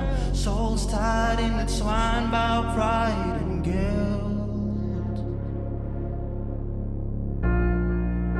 There's darkness in the distance from the way that I've been living, but I know I might resist it. Oh, I love it and I hate it at the same time. You and I drink the poison from the same vine. Oh, I love it and I hate it at the same time. Hiding all of our sins from the daylight, running from the daylight, running from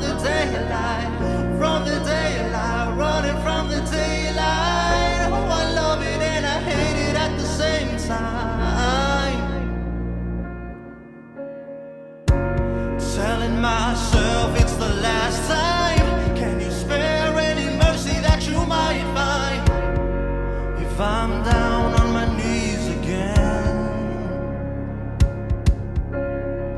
deep down, way down, Lord, I try to follow your light, but it's nighttime, and please don't leave me in the end. Ooh, there's darkness in the distance, and I'm begging for forgiveness, but I know I might resist it. So I love it and I hate it at the same time. You and I drink the poison from the same vine. Oh, I love it and I hate it at the same time. Hiding all of our sins from the daylight, running from the daylight, from the daylight, running from the daylight. Oh, I love it and I hate it at the same time, at the same time. Oh, I love it and I hate it at the same time. You and I drink the poison from the same vine. Oh, I love it and I hate it at the same time. Hiding all of our sins from the daylight, from the daylight, running from the daylight, from the daylight, running from the daylight.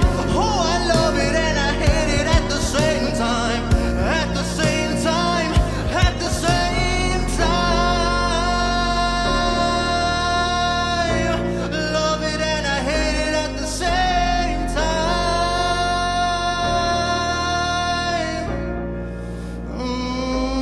Yeah.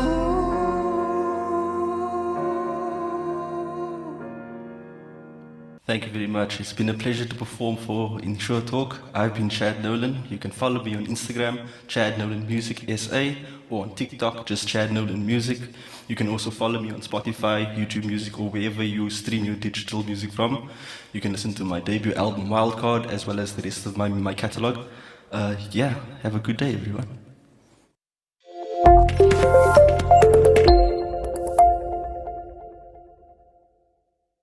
Now today we have Global Choices, as always, who have supported us from day one in the most generous way to make sure that this show stays on the air and that we can keep it free. So Global Choices is an event partner here today, but they're also the sponsor of our next speaker, who is known to many. Our next speaker is a very good friend, Sandra Snowball. There is not a broker in the audience who would not know Sandra.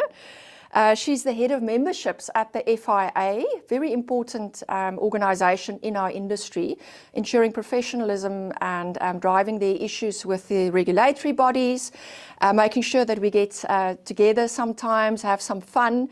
And Sandra is going to talk to us about from advocate to consumer, a personal account. She's got a personal story to share with us, and I think I have a little bit of an idea what it's about. As I mentioned, Sandra is the head of membership at the FIA, so you better be nice to her. She's an important person. FIA, of course, stands for Financial Intermediaries Association. She spent most of her career within the non-life space, engaging with brokers through the premium finance industry, and more recently, advocating on behalf of intermediaries and the vital role they play in the South African economy. I am an absolute fan of brokers. The business that I run is an underwriting manager, and we are only allowed to do business through registered and professional intermediaries or brokers. So I have the greatest of respect for what the FIA does in this industry, and they do a marvelous job. Sandra has represented the industry through her work with the Association of Women in Insurance, another important body, and the Insurance Institute of the Western Cape as chair and president respectively. We share that, both past presidents of the Insurance Institute of the Western Cape. So as I said earlier, we have magnificent speakers on this show every month. So Sandra, I can't wait to hear from advocate to consumer, a personal account.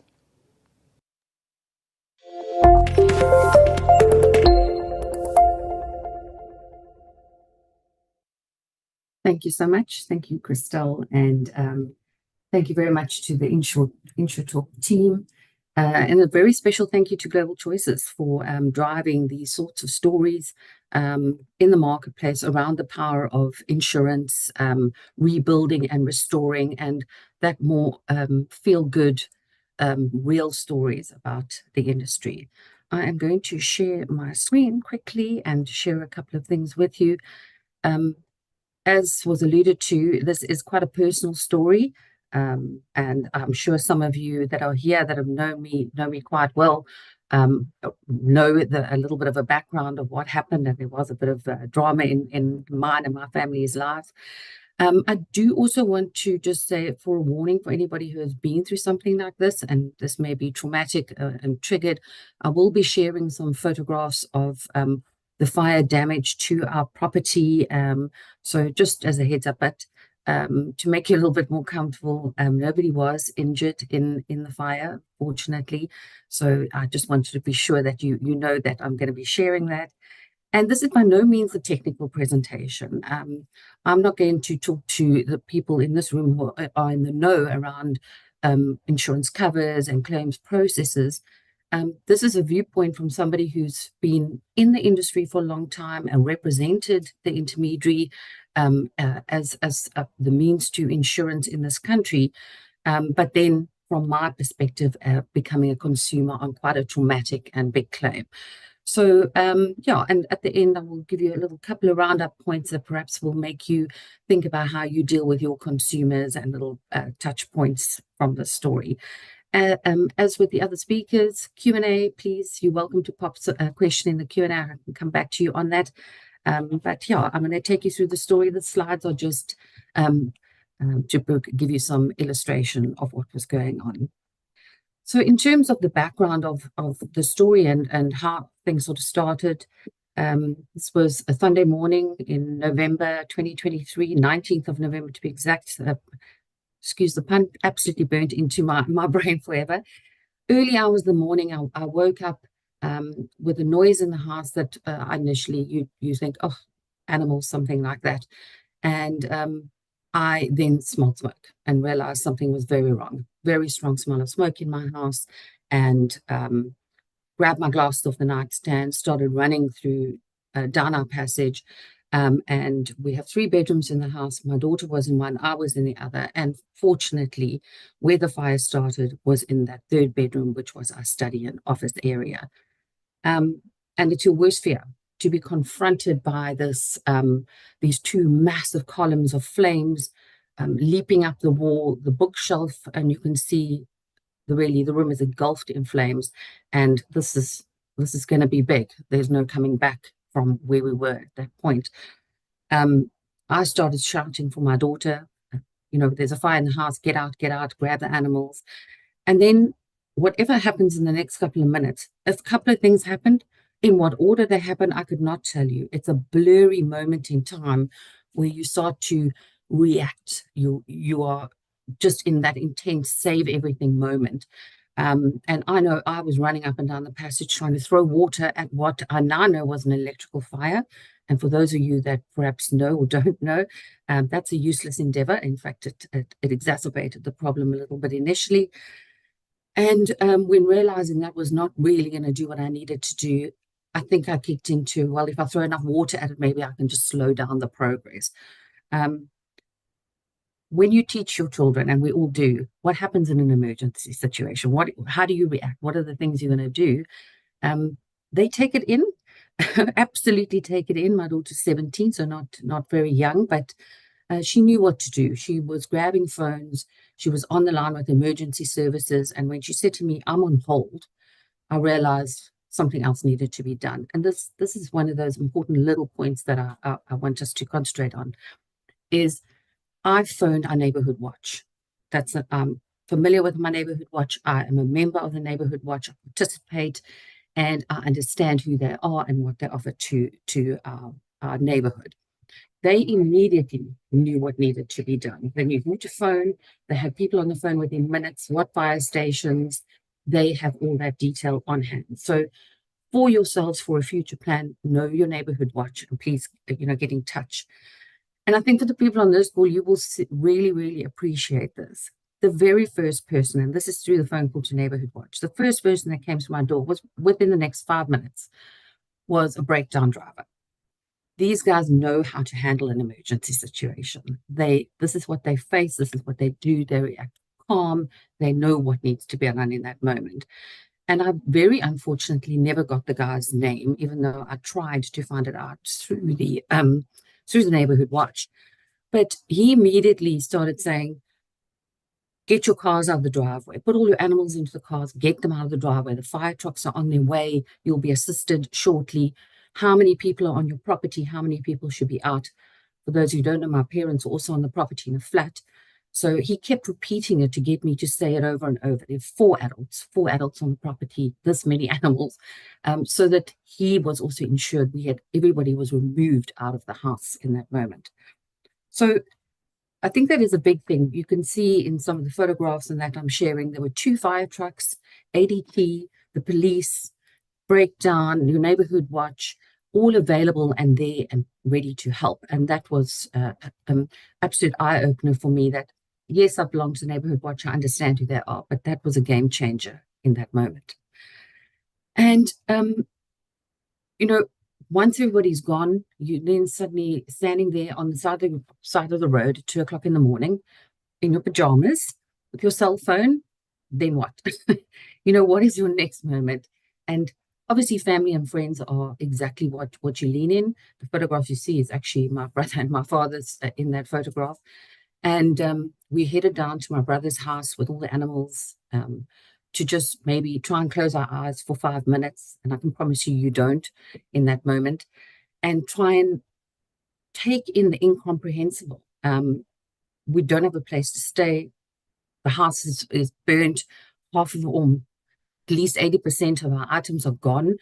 What is it? What do we do next? And, you know, once it started to get a little light in the morning, my very first message, and bear in mind, yes, I've been in this industry a long time. So when I say my brokers are also, these are friends, and some of them I treat more like family. But my family has been insured through Lyle Morgan and Associates for many, many years. Brent and I became friends actually before either of us even joined the industry.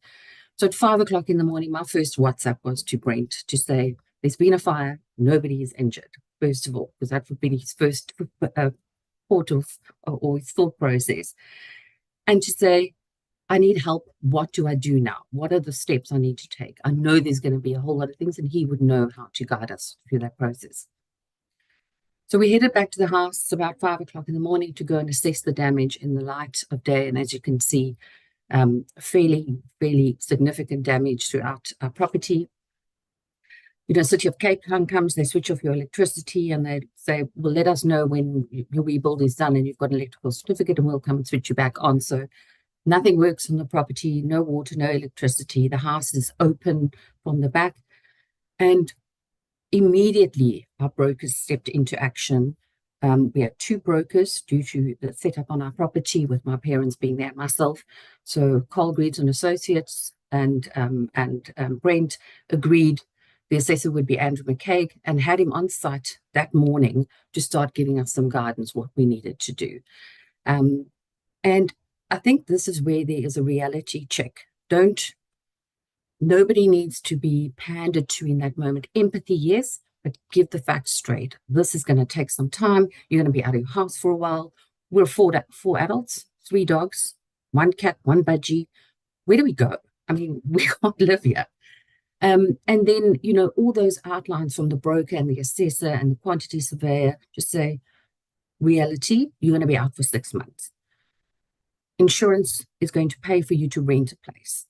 Look at what your requirements are in terms of that renting and start to move forward in that place.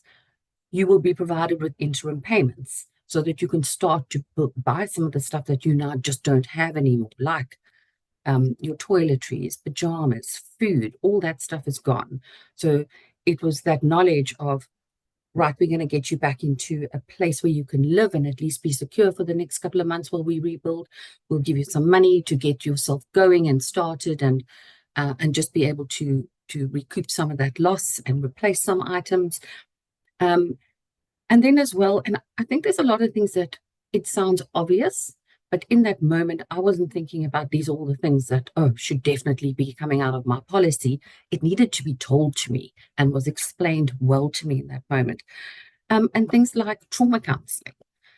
You know, we were advised there is trauma counseling available for you through your policy as well, in light of what you've been through. And again, it's you just don't understand exactly what that all is and how grateful I was in that moment for all these things just to be lined up and explained so well. Along with that is the salvage company, SRT, who came on board. Obviously, they were appointed, and they then take all of this that is probably recoverable, maybe not, but it's their job to come and pack it up, bubble wrap it all, carefully document it or take it away and actually see what is possibly salvageable out of what was left in the house. And, you know, the people that we interacted with are well trained. I will give absolute and 100% credit. There's so much trauma that is involved with what we were going through. And every person we dealt with, whether it be people that we had known very well for years or newer people like the people from SRT, our builders, the quantity surveyor, all understood that we needed to be handled with a little bit of kid gloves, a little gently. We were extremely overwhelmed, and their clear knowledge of what needed to be done and the steps to be taken settled us into, okay, those are things we don't have to worry about. We'll care about ourselves in that moment. And I talked about that, you know, that presumption. I think even myself in the industry, I hadn't read all the policy pages.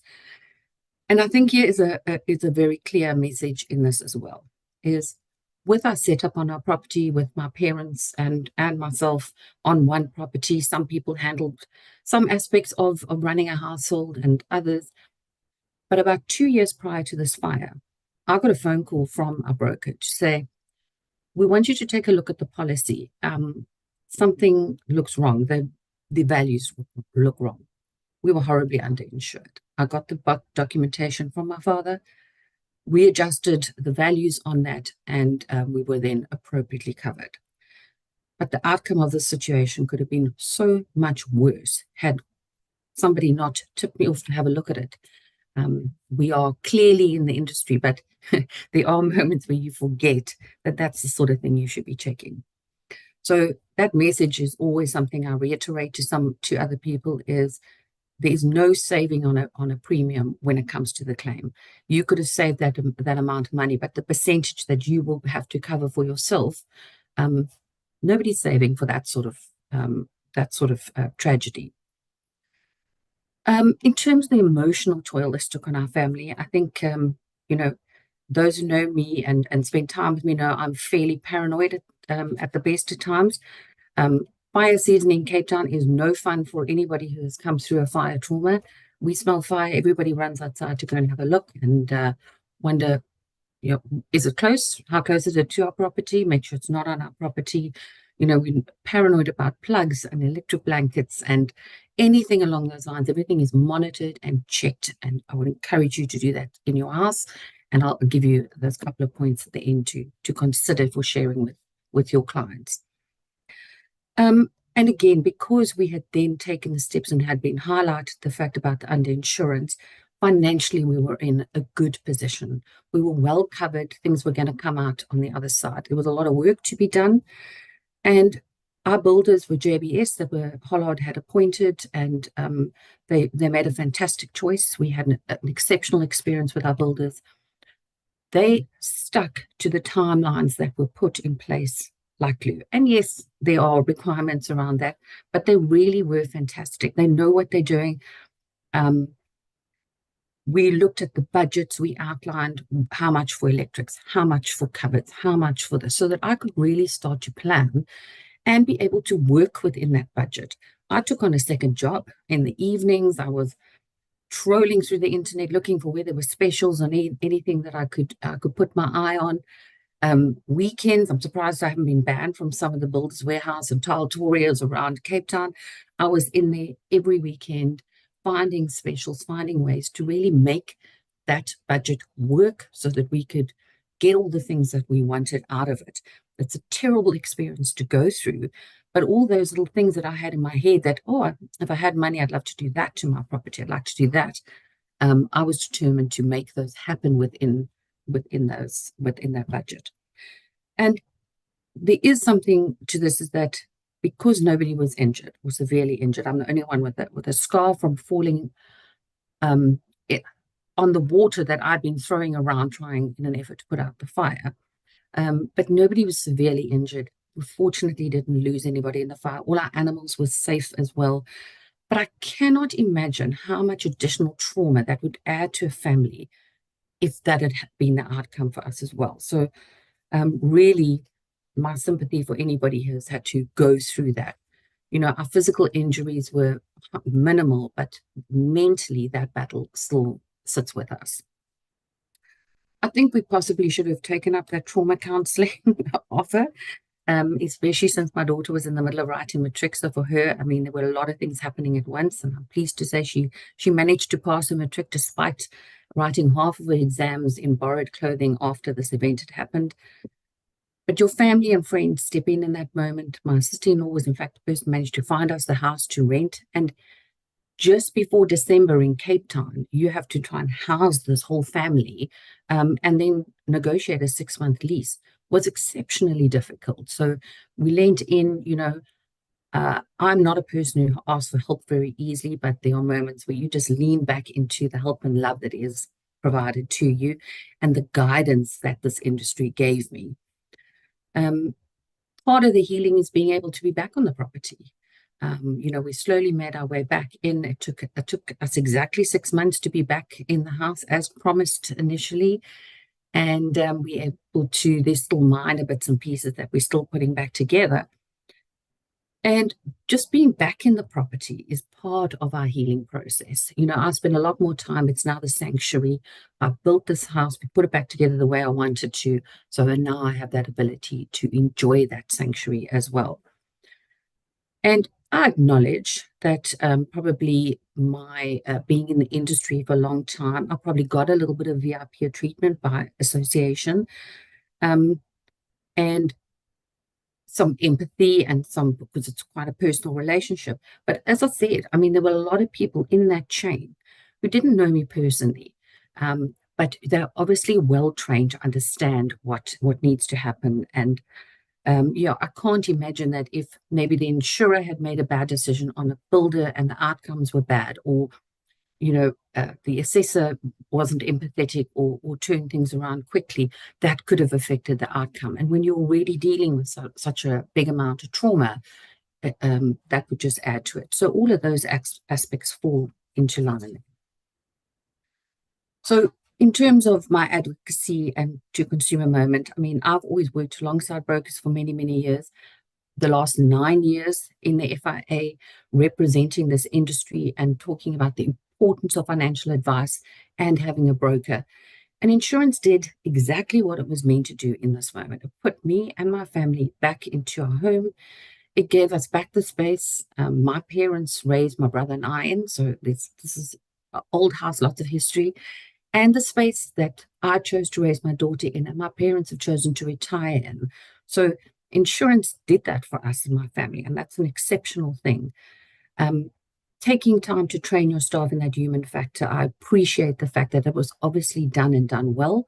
And there are certain people that work in this industry, you do have a service element to you, and we could see it and feel that. And I will say I'm very proud to represent this industry and continue to represent. And thank goodness, because bad outcomes, it would have been a lot more difficult for me to be an advocate, a lot more difficult and awkward to continue this job. But just in terms of being able to return to this property and spend time here, as I say, this is part of our healing process. But what I want to try and leave you with in terms of when you're dealing with your clients or the consumers in the marketplace, there's a couple of touch points, just looking at what I saw and things I should have known better. I should have understood better for myself as somebody in the industry. So these couple of things: for digital storage of important documentation. And these are things that maybe just, I don't know, when you send out communication to your clients on renewal, add these in as little touch points, maybe extra bits for them. I know the importance of looking after your documentation. I had the box of documents, the house plans, the passports, everything ready to go in the case of an emergency. Unfortunately, it was in the exact spot that the fire started. So I didn't put anything on digital. I know these are available in the marketplace. My bad, but I think it would be something that'd be good as an added to remind your clients of that. I spoke about it in the beginning, the neighborhood watch. That was a risk management tool in my mind. It was a differentiator.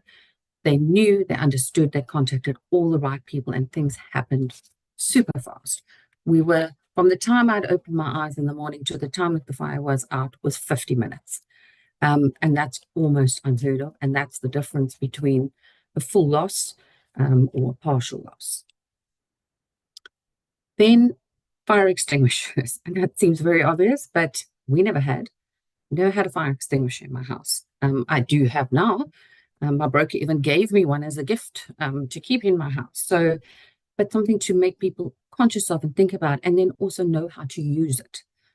It's pointless having it there as a decoration. Know how to use it. Check your expiry dates. I think those are obvious to us, but as a consumer, it wasn't obvious to me. And then included, I've talked about the excellence of service providers. I think an element of luck and the professionalism of those around, that we had excellent service providers, which just added to helping us get back into this better space. Multi-plugs, please, for yourselves, your family, share this word and then into your client base. Multi-plug should not be hot. We use them. We've got way more electrical items in our houses than what we have plugs in most rooms. If you put your hand on them and they are hot, please throw them away, go and buy yourself. Be careful about what you buy the high quality. That is where the fire in my house started, was a result of a multi-plug. And then empathy and the human factor, I've covered this. It is absolutely a crucial part of this process. And then last and not least, which is super obvious to us, under insurance and the principle of average. I did a bit of Googling to have a look to see if I, as a consumer, was looking to understand what this is. There's just not enough that's just real basic maths. You know, use that small equation. If it's valued at 20 and you insure it for 10, you know, apply that and keep those sums really simple and clear, because I think a lot of people do not understand how impactful that could be to you. We're in a very hard current financial economic climate, so consumers will make poor decisions thinking they're going to save themselves some money, and will only be in the short term. This will catch up with you at some point. So I think those are from my own personal story, some of the things that I wanted to share with you all.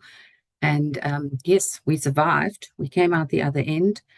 And I will continue to proudly represent this industry, brokers and financial advisors and the industry through the FIA. And yeah, I thank you for the time this morning. I thank Global Choices for the opportunity to share these sorts of stories. So thank you.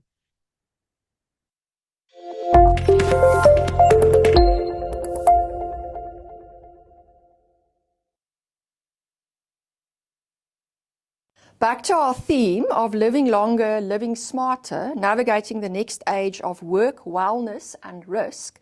We have Dr. Diane Boerman. She is the CEO and founder of the Diamond Academy, trademarked, I should say that. Dr. Diane is a dynamic, multi-award-winning business growth strategist who is changing the way business owners, leaders, and entrepreneurs think about business. Now, you have to appreciate how excited I am about this talk, being an entrepreneur myself. With a powerful combination of strategic insight and hands-on experience, Dr. Boerman works with a hand-picked group of over 200 business owners globally, guiding businesses ranging from 7 to 9 figures in turnover. She's the visionary behind the Diamond Plan and the Diamond Academy, where entrepreneurs architect business growth with clarity, confidence, and purpose. By 2024, Dr. Boerman visited 9 countries in 2024, I should rather say, and 2025 began with a keynote and panel discussion in India. Even through personal loss, including the passing of her husband in 2023, her resilience, passion, and commitment to helping others has never wavered. And I just want to comment on this. I always admire people who choose this line of vocation, because helping people is hard work, and it's really sometimes can be quite draining. So with great admiration to Dr. Boerman, she takes the stage today with her powerful keynote, the Diamond Success Formula, sharing transformative insights, strategies, and stories to help businesses grow to the next level. We will now hand over to Dr. Diane Boerman.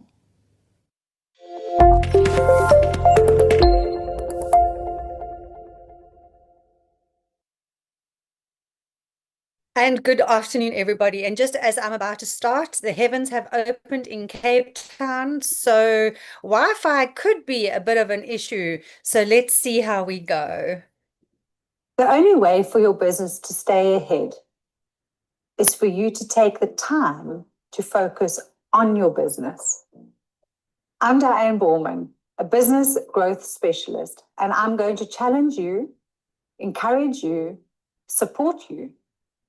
I help add practical business knowledge while finding new opportunities and new ideas for growth. Business growth means different things to different people. Finding your passion at the moment is no longer enough.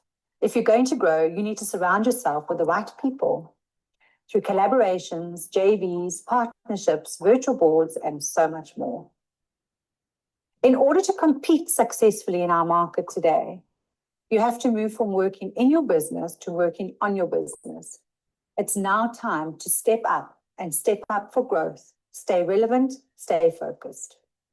When you understand your clients' needs of tomorrow, today, that's when you become a market magnet for growth.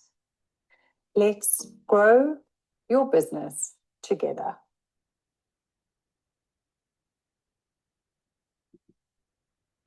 Let's take a moment to really dream. When was the last time that you were given the opportunity to step out of business and dream? What we don't do very well is dream big. It doesn't matter what level of business owner you are, what level of leader you are in business. When we're not dreaming big, we're not achieving. So it was really interesting to listen to the speakers this morning of what is out there and what is happening in the industry and what should we be doing. But let's look at the foundation of your team and of your business. So whatever your dream is, I challenge you today to add an extra zero, to add an extra team member, to do something unique. And the only way you can do that is to take time out. So on one seemingly normal Friday morning, I was invited to go for a road trip, and I love road tripping. So anybody following me on social media, you'll see that I'm often doing a road trip somewhere in South Africa or the world, that is. And I was invited to go through to Hermanus, where we spent some time with one of South Africa's leading icons. Walking into his home was incredible. Sitting down on one of those tiny little chairs with those little legs, drinking out of a bone china teacup was phenomenal. All I could think about was I going to drop this cup? Was I going to fall off this chair?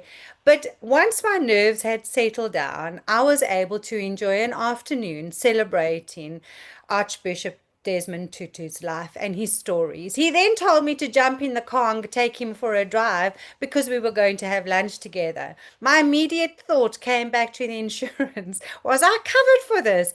Because what would happen if something happened to my car? Was my car clean? And if something did happen, the world would be looking at me. But we managed to have the most amazing lunch together, delivered him back home safe and sound. But it was a dream that became a reality, something I never anticipated. So what is yours? Can you take a moment to really think about the time when you are dreaming bigger and bolder? What those extraordinary moments are? Why don't we dream big enough? Why are we not sitting on that level now? Some of the downfalls of owning your business, your own business, or being a team leader or part of teams is that we hear so much in the workplace at the moment that you must have passion, but it's not enough. You know that there's detail in everything that you do. So just having passion is not enough, but it's one step closer. We also hear continuously in business that the ideal customer, but I can almost guarantee you that 95% of you joined today will have yours wrong. So why don't we take that time to really start identifying who that client is? Because if you want to be everything to everybody, you're going to be nothing to nobody. Every hour on the hour, 12,000 new businesses start. It means that you have competition continuously. So what are you different? My name is Dr. Diane Borman, and I want to challenge you today to step up in growth. I want to give you enough knowledge that you can change one thing today, that you will change the way you look at the growth of what you're doing and what your business is. We worked with Formelo, and after a year, he 10x'd his company, and now he's going for a second 10x. We worked with Tamsin, who in 2020 and lockdown thought that they had to close down their business, but every year since then, we've doubled her turnover. And we work outside of South Africa, and Jason is from New Zealand, where we doubled his turnover in 6 months because he listened to his potential new clients. But we can't just do it. We have to follow a scientific process, and that's like finding a diamond. So when I ask you, what is your potential growth? Have you really taken the time to go back to the beginning and go and find that diamond? Because a diamond is celebrated in 5 C's. As 5 C's, I want to share with you today of how successful you can actually be if you just follow a scientific approach to success. So let's start with looking at the first one. Let's start with the first C, which is our clarity. Oh, sorry, which is our carat. It's the size of a diamond, and I don't care what and who you are when it comes to the size of a diamond. Everybody wants a bigger diamond. So what is your impact? What is your impact to your community, to your ecosystem, to your team, to your clients at the end of the day? I was fortunate enough when I owned a decor hire company, we did the presidential inauguration for Thabo Mbeki, and I was able to meet 1,500 world leaders in the marquee where we celebrate Thabo Mbeki's inauguration. I also was able to walk Nelson Mandela into the marquee on that day. And that was an impact that will change my life for forever.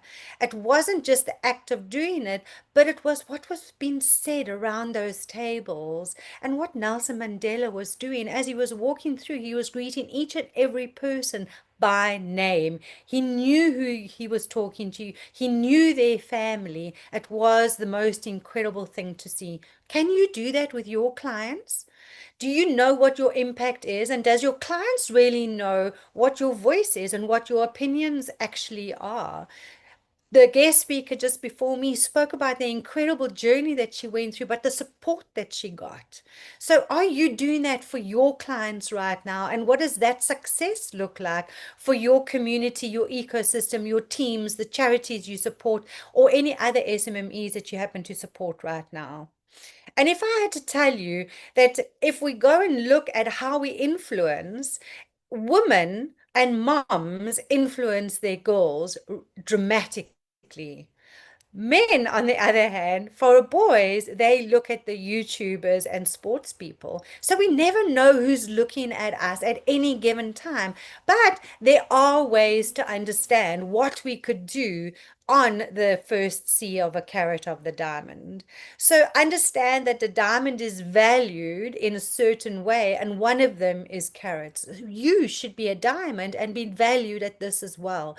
So look at the size of the following, your networks, your opinions, your articles, your words. What are you saying? How are you saying it? And who are you saying it to?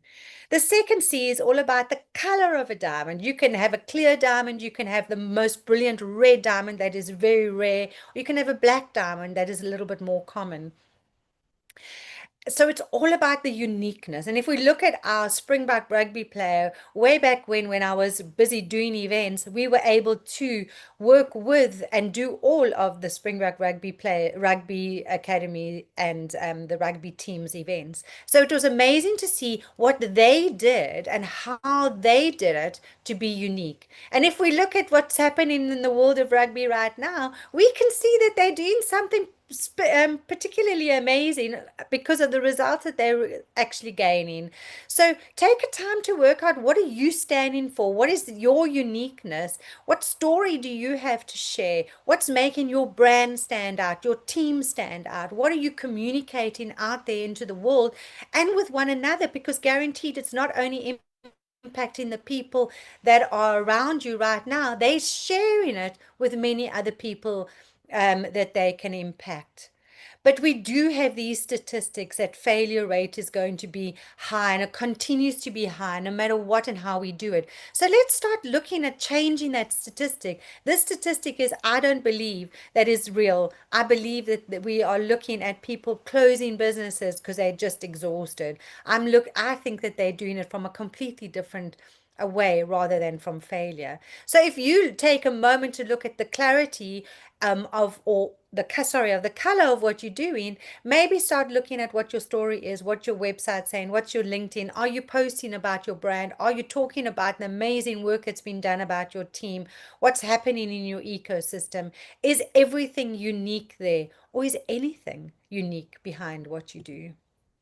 The third C is about clarity. This is your confidence. And 95% of business owners and leaders that I work with have zero confidence. It's the most fascinating moment when people step onto stage, where they start talking and their confidence level is so low. It's when people sitting around boardroom tables and we don't know it, but their confidence is so low. So how can you impact your community, your team, your customers, and your environment from a confidence point of view? Can you look at what you're focusing on? Can you build a stronger foundation? What are you spending time working on inside your business? 65% of businesses don't have a financial plan. They don't have financial forecasts or a business plan. And so when we were listening to the speaker just now, it's about really taking the time to look at the foundation side of things. So whether you're working with people in the insurance industry, or whether you're working with the general public that have approached you, are you taking the time to fully understand what it is that they need?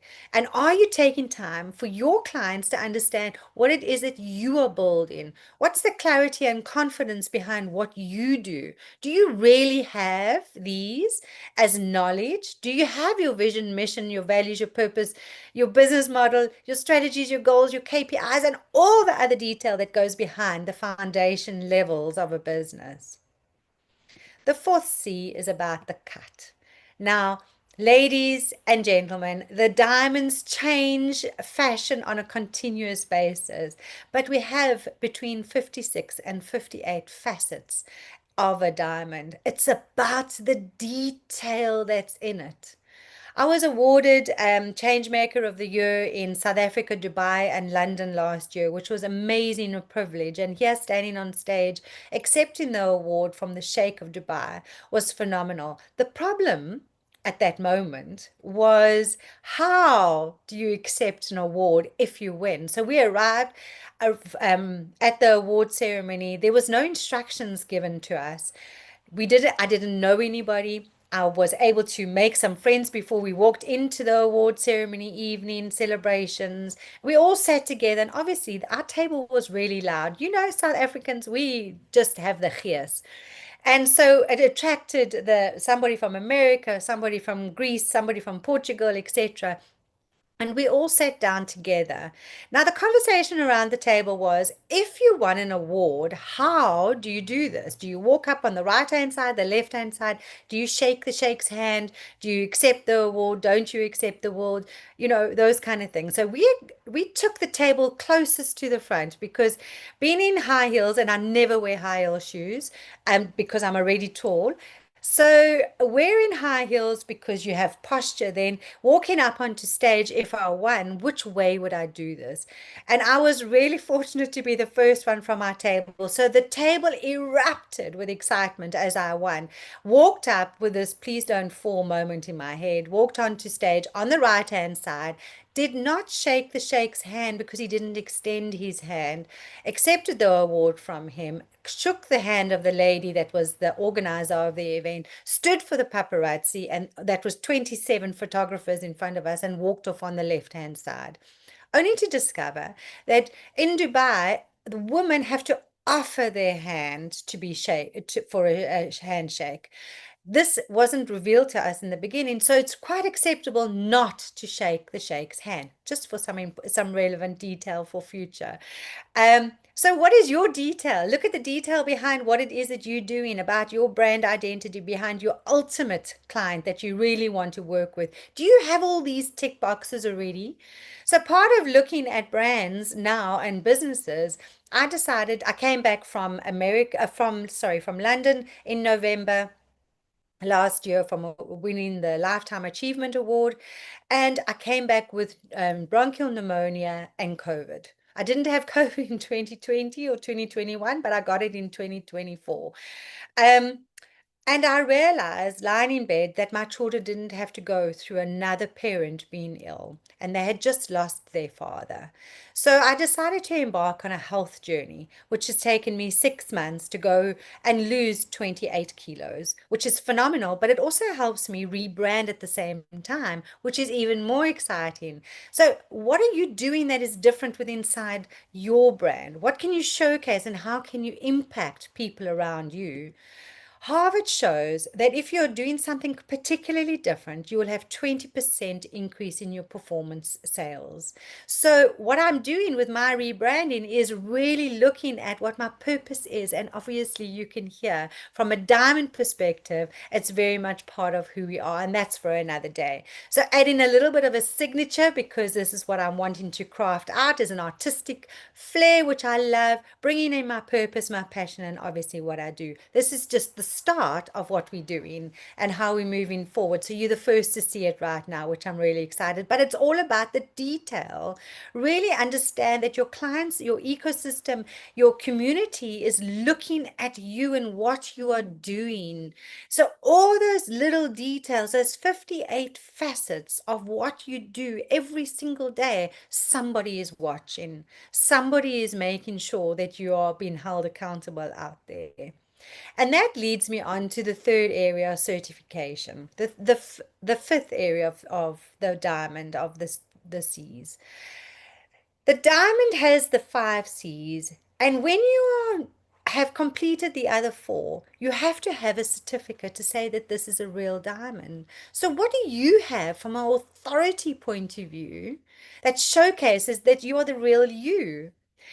In 2020, I was part of Cape Chamber and headed their small business development portfolio.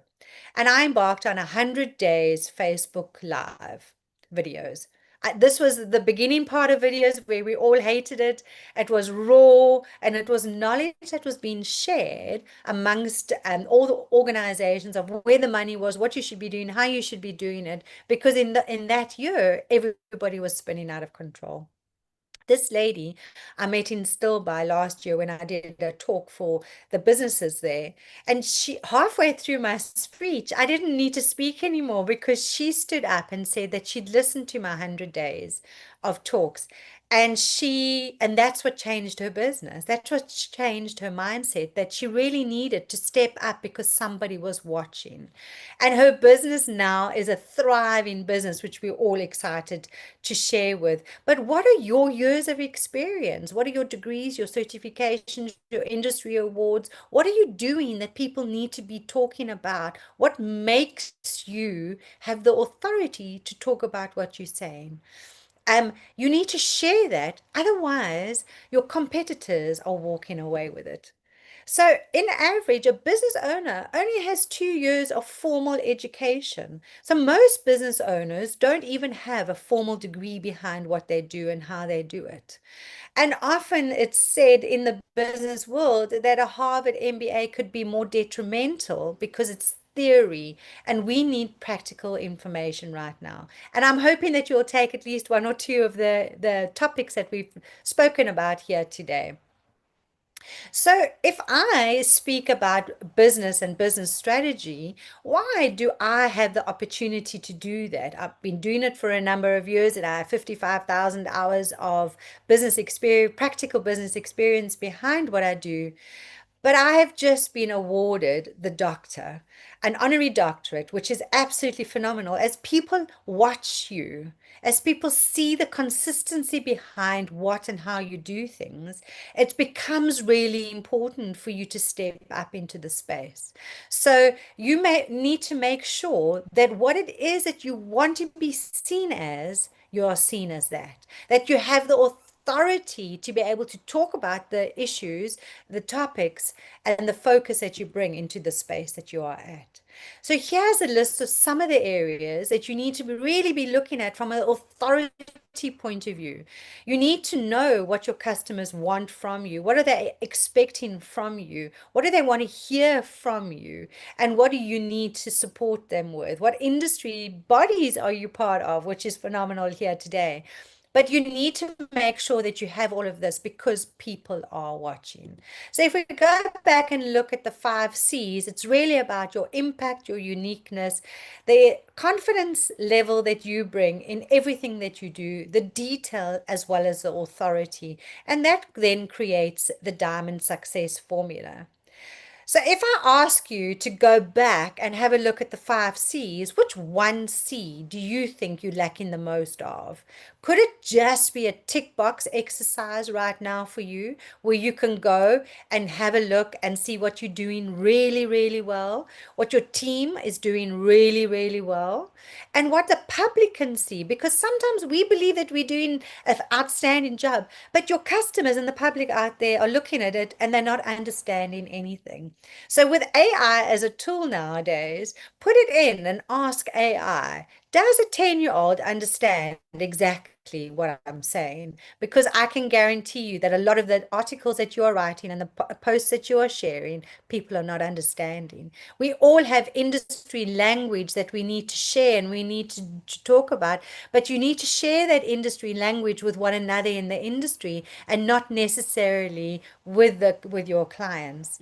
So I hope that I inspired, motivated, or educated you in some area here today. My name is Dr. Diane Ballman, and I'm really thrilled to be part of today, and I'm honored to be here. But I want you to take a moment right now, and I want you to go back to what I asked you in the beginning. What is your success? What are you dreaming about right now? What is one thing that can change the way that you do business, the way that you can add positivity to one person in your space right now? Could you educate somebody one level more? Could you motivate somebody one level more? Or could you inspire somebody to do the next level of growth?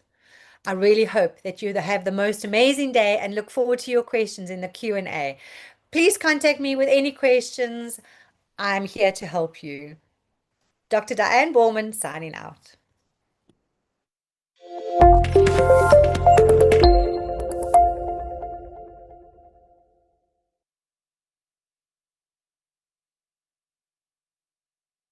Back to a Discovery nominated speaker here today. It's actually someone who has been on the show before, Yashin Modi. We are very grateful to have you back. As I mentioned, I think the hardest workers on the show are the people who have to prepare to speak to 4,000 to 5,000 people live on InsureTalk every month. Discovery, of course, is our headline event partner. We appreciate you supporting this initiative. Just before we hand over to Yashin, I wanted to just mention a few things. You will get your CPD certificates. It's very important that you become an IISA member, whether a licensed IISA member or an associate or a fellow. If you are, your CPD certificates get automatically uploaded to your portal on the IISA here by the guys at InsureTalk. If it is a case of you're not a member, you will get your CPD certificate well in time for the next cutoff, which is only May next year. I hope you all made it in time this year. Yashin is the head of marketing, Discovery, corporate and employee benefits. And we're talking a very important topic here today, a new world of work. Yashin, we welcome you to the show.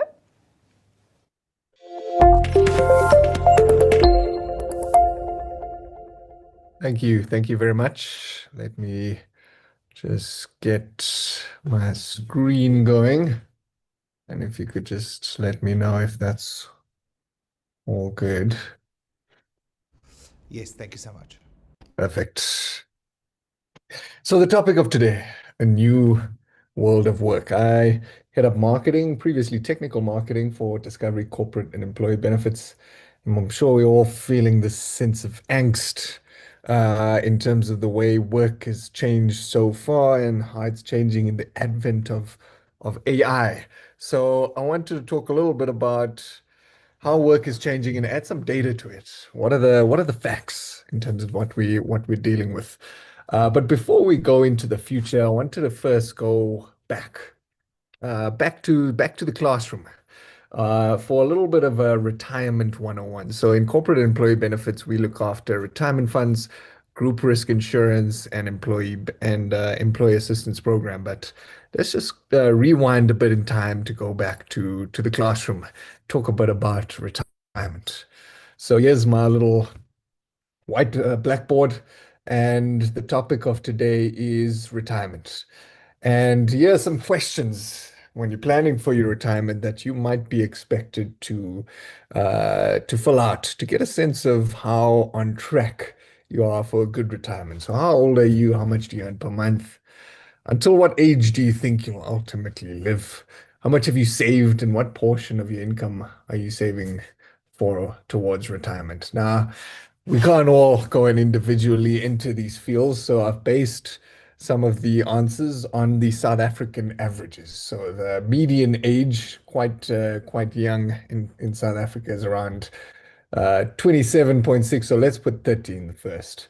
The average earning or average salary in South Africa is around 300,000 per year, so 25,000 per month.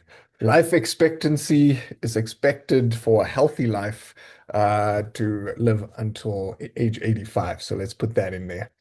How much have you saved? Well, the average on our book within our particular retirement umbrella fund is around 150,000.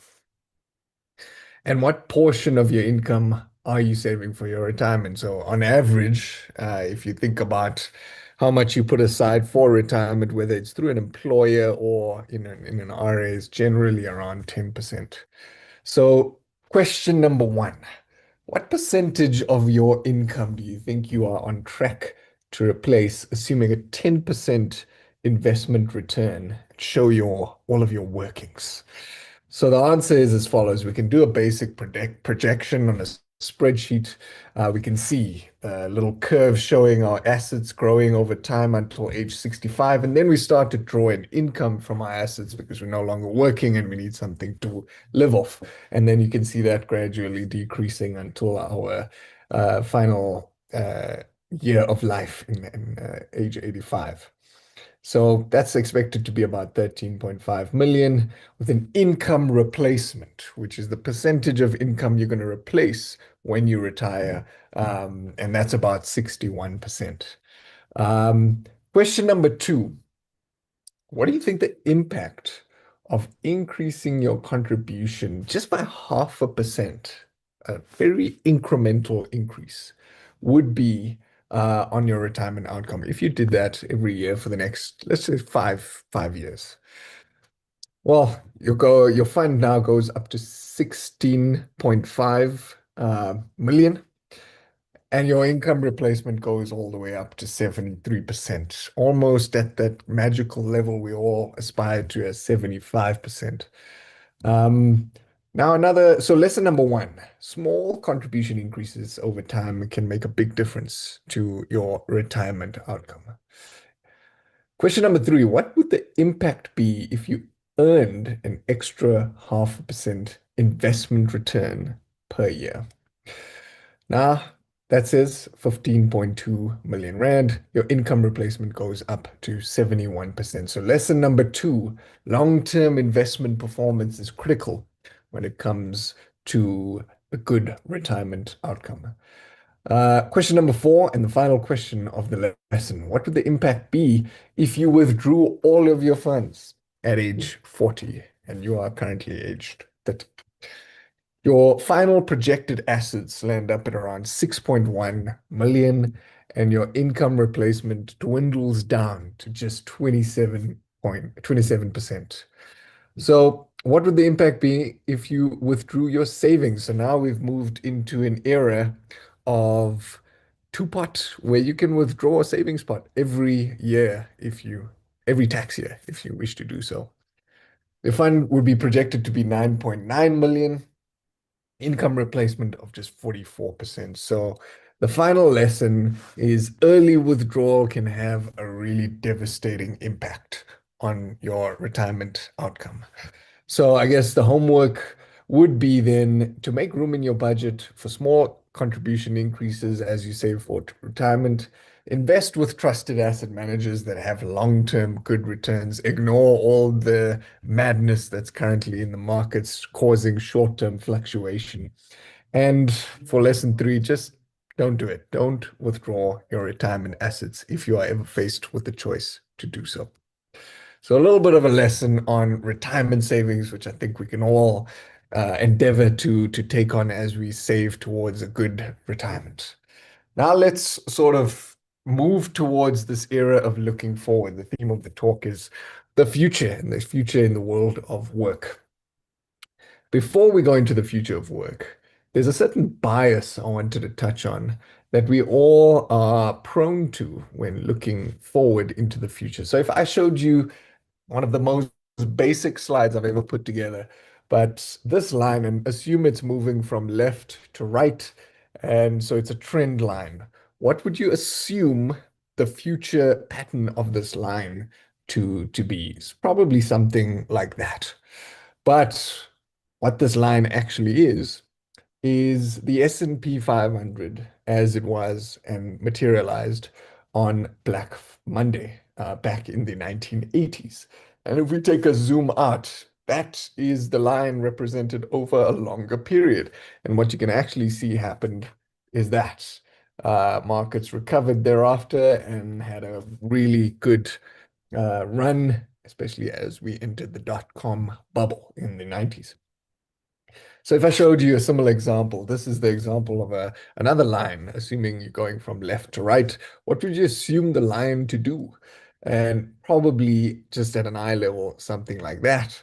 But what if I overlaid this slide with that picture? The Lehman Brothers had added the time of 2007 being the S&P in that period. So we know that it did something like that, as the line was driven by that preceding excitement over America's housing market, but that turned out to be not the best time to be in the markets. So that bias that we all tend to lean on for predicting the future is called recency bias, which says we tend to overemphasize the importance of recent experiences when estimating future events. So we've looked at the lesson in terms of looking at the past, and now we've discussed to a certain extent something that might obscure our view of the future. So now let's bring it back to the world of work, the world of benefits. We are in probably a great time in South Africa. The rand has been looking good. Politics maybe a little bit on the edge, but there's still an underlying optimism around the future of our country. So what does it look like in terms of our world of work and the benefits we get when we do ultimately enter the workplace? Well, if you look back at all of the products in the space, there's been a very sort of similar focus on fees and rates. It's a very commoditized industry. We want to pay as little as possible and get the most out. But the result, if you think about those lessons with retirement and the lessons around health that we've seen over the past 10 years with increasing prevalence of mental health disease, cancer incidence up over 30% over the past 10 years. The result has been poor health and not enough money to retire. So poor physical health, mental health, and financial health, driven by the lack of focus on broader outcomes in the employee benefits industry. So why is that now then the time to redefine the way we look at the way we work and the way we approach benefits in this industry? Well, the workplace has fundamentally changed. If we look at the way it's changed, we're multi-generation. 75% of our global workforce are now millennials. Gen Z is growing in presence, and baby boomers are delaying retirement because of not having enough money. So almost 5 generations in the workplace currently, and the younger workforce tending to want to work for companies that have a strong sense of direction and value. We've become almost expectant of a hybrid workplace. Ever since COVID, this idea of a 5-day in the office work week has become less common. Interesting thing to think about is some younger people in the workplace have never even understood that concept of working 5 days in the office. I remember when I first started working about 10, 11 years ago, I didn't even have a laptop. Went in, turned my desktop on at my desk at here in Discovery, had a big monitor, and there was no concept of taking my laptop home and working over the weekend, which has become quite prevalent in most of our lives. We're also aging. Life expectancy is going up. The proportion of over 60s in the workplace is expected to double over the next 30 years. And then the last thing is that we've become globally mobile. As we've become more online, a lot of companies are starting to adopt international recruitment policies, which opens up the entire world as a potential workplace. And underpinning all of this is that AI has become a part of our daily lives and is expected to displace almost 100 million jobs globally in the next 5 years. And displace as a not remove, but reshuffle the roles that we all serve in our organizations, even on a day-to-day basis. So all of these fundamental changes affect the way we approach our benefits for our employees and the benefits we have as individuals. So if we go back to the slide, this is how it's changing. We're multi-generational, which means there's a greater hunt for talent at work. Benefits need to be more rewarding and competitive. Over 80% of employees consider the benefits they get from their work to be a leading factor in deciding whether to work at a particular place. This hybrid culture has meant that we work all the time. I know, like, I'm almost thinking of just how the week unfolds in this new world of work. It's no longer uncommon to think that I might need to put in a few extra hours in the evenings during the week, and maybe I'll do a few hours on Saturday and maybe one more hour on Sunday just to round things up. But that has a real impact on mental health. And we've seen through our healthy company data and even our health data an increasing prevalence of mental pressure, yes, particularly in our younger demographics. Aging means longer careers, which means we need to fundamentally rethink how we save for retirement. Education has proved to be critical in reducing the likelihood of poor decisions when you're saving for retirement, and just even budgeting and finding the room in your monthly budgets has a dramatic impact on your ability to put aside money for your future. Our global mobility means we're now all digital, and a recent study showed that almost 80% of South Africans are genuinely stressed about being replaced by AI. So we need to move to this new world of work where we offer benefits that actually mean something, that are more than just lines on your payslip. They're more than just deductions. That, and the result, we can shift from poor health, poor savings to better work, better health, better mental health, better physical health, and better ultimately outcomes in retirement. This is the canvas that I want to sort of leave you with, the template that defines how we think about life in this new world of work and how we ultimately get to this place where we can get to better outcomes.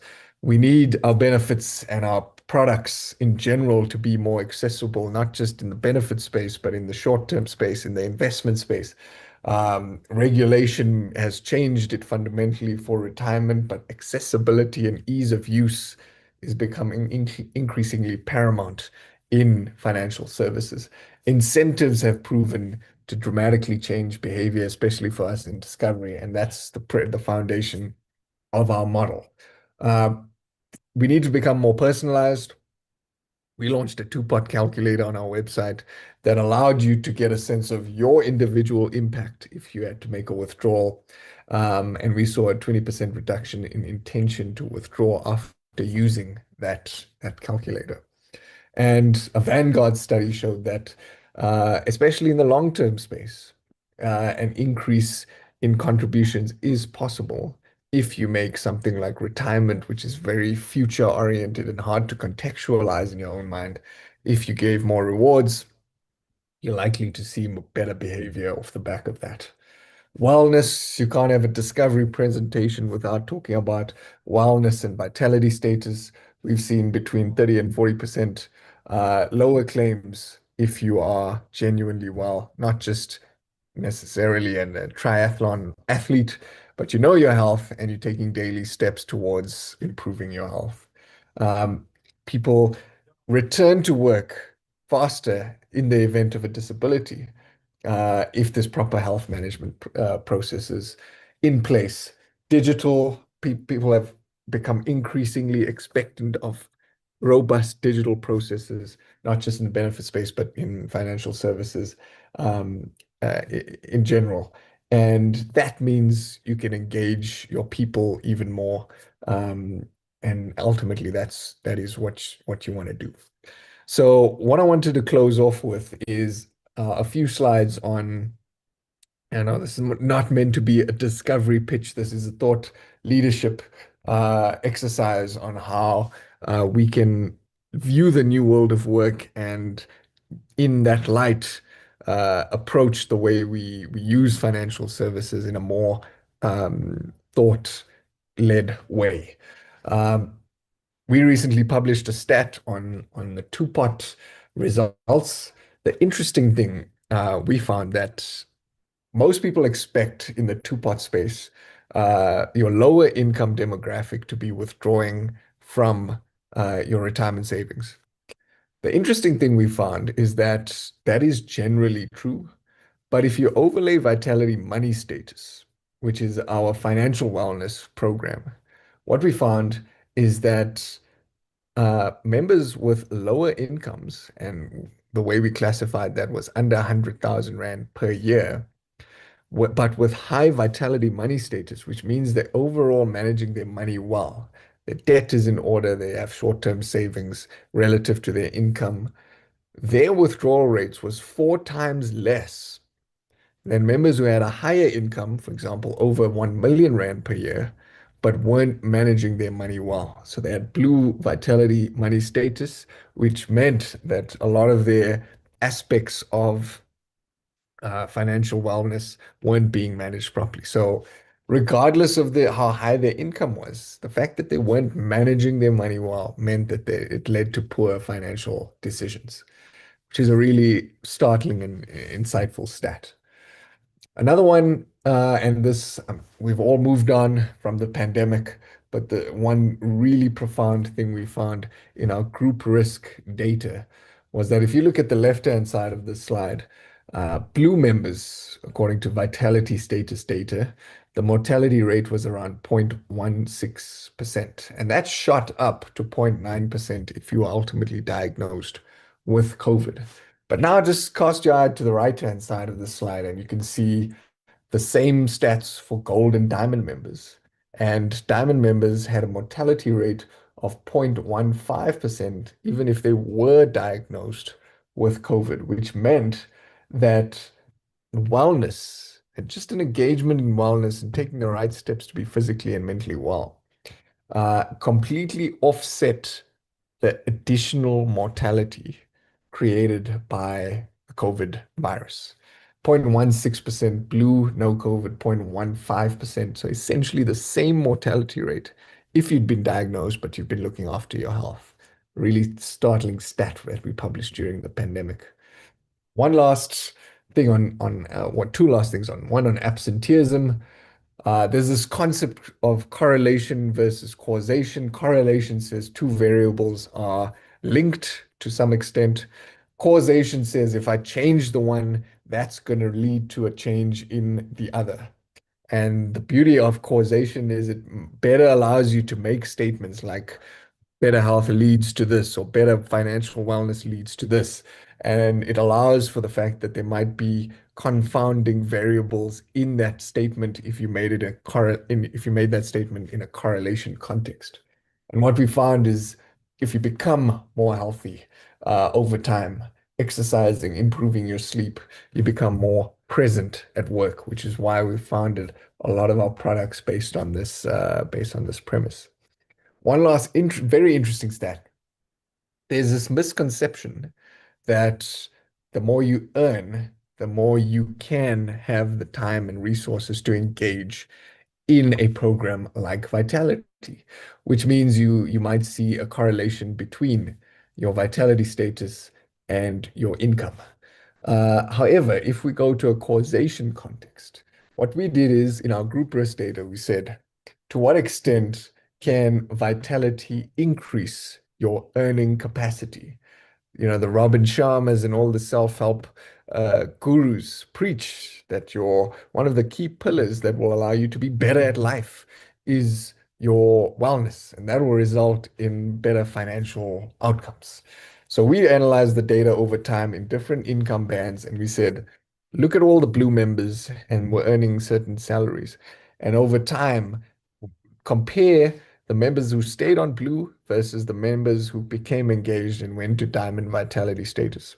What is the differential in their annualized salary increases over the test period?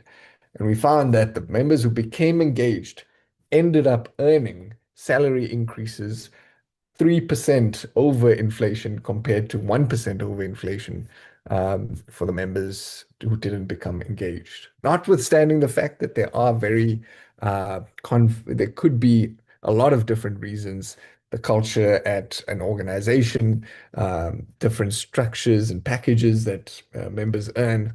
But we conducted this analysis over hundreds of thousands of members, and we are fairly confident that Vitality and becoming engaged has some role on your productivity and performance at work. So I'd like to end off with a short video to describe, and I generated this myself largely using AI, so it's not meant to be a retirement fund's product pitch, but demonstrating the value of this new world and new resources we have at our fingertips. So it's 30 seconds. Who cares about retirement savings, right? Well, maybe you don't have to. Just imagine a world where everything's done, closing shortfalls in an instant, money growing with the best investments, and rewards for doing absolutely nothing. With a Discovery Retirement Fund, everything's easier, better for everyone. So don't think it's already done. So that's it from me. I'm not sure if we are going to open for any questions, but if there are any questions, you can also email me at yashin.m@discovery.co.za. I haven't been monitoring the chat box, but I think I'll hand back to the host. Thanks very much, everyone, for listening.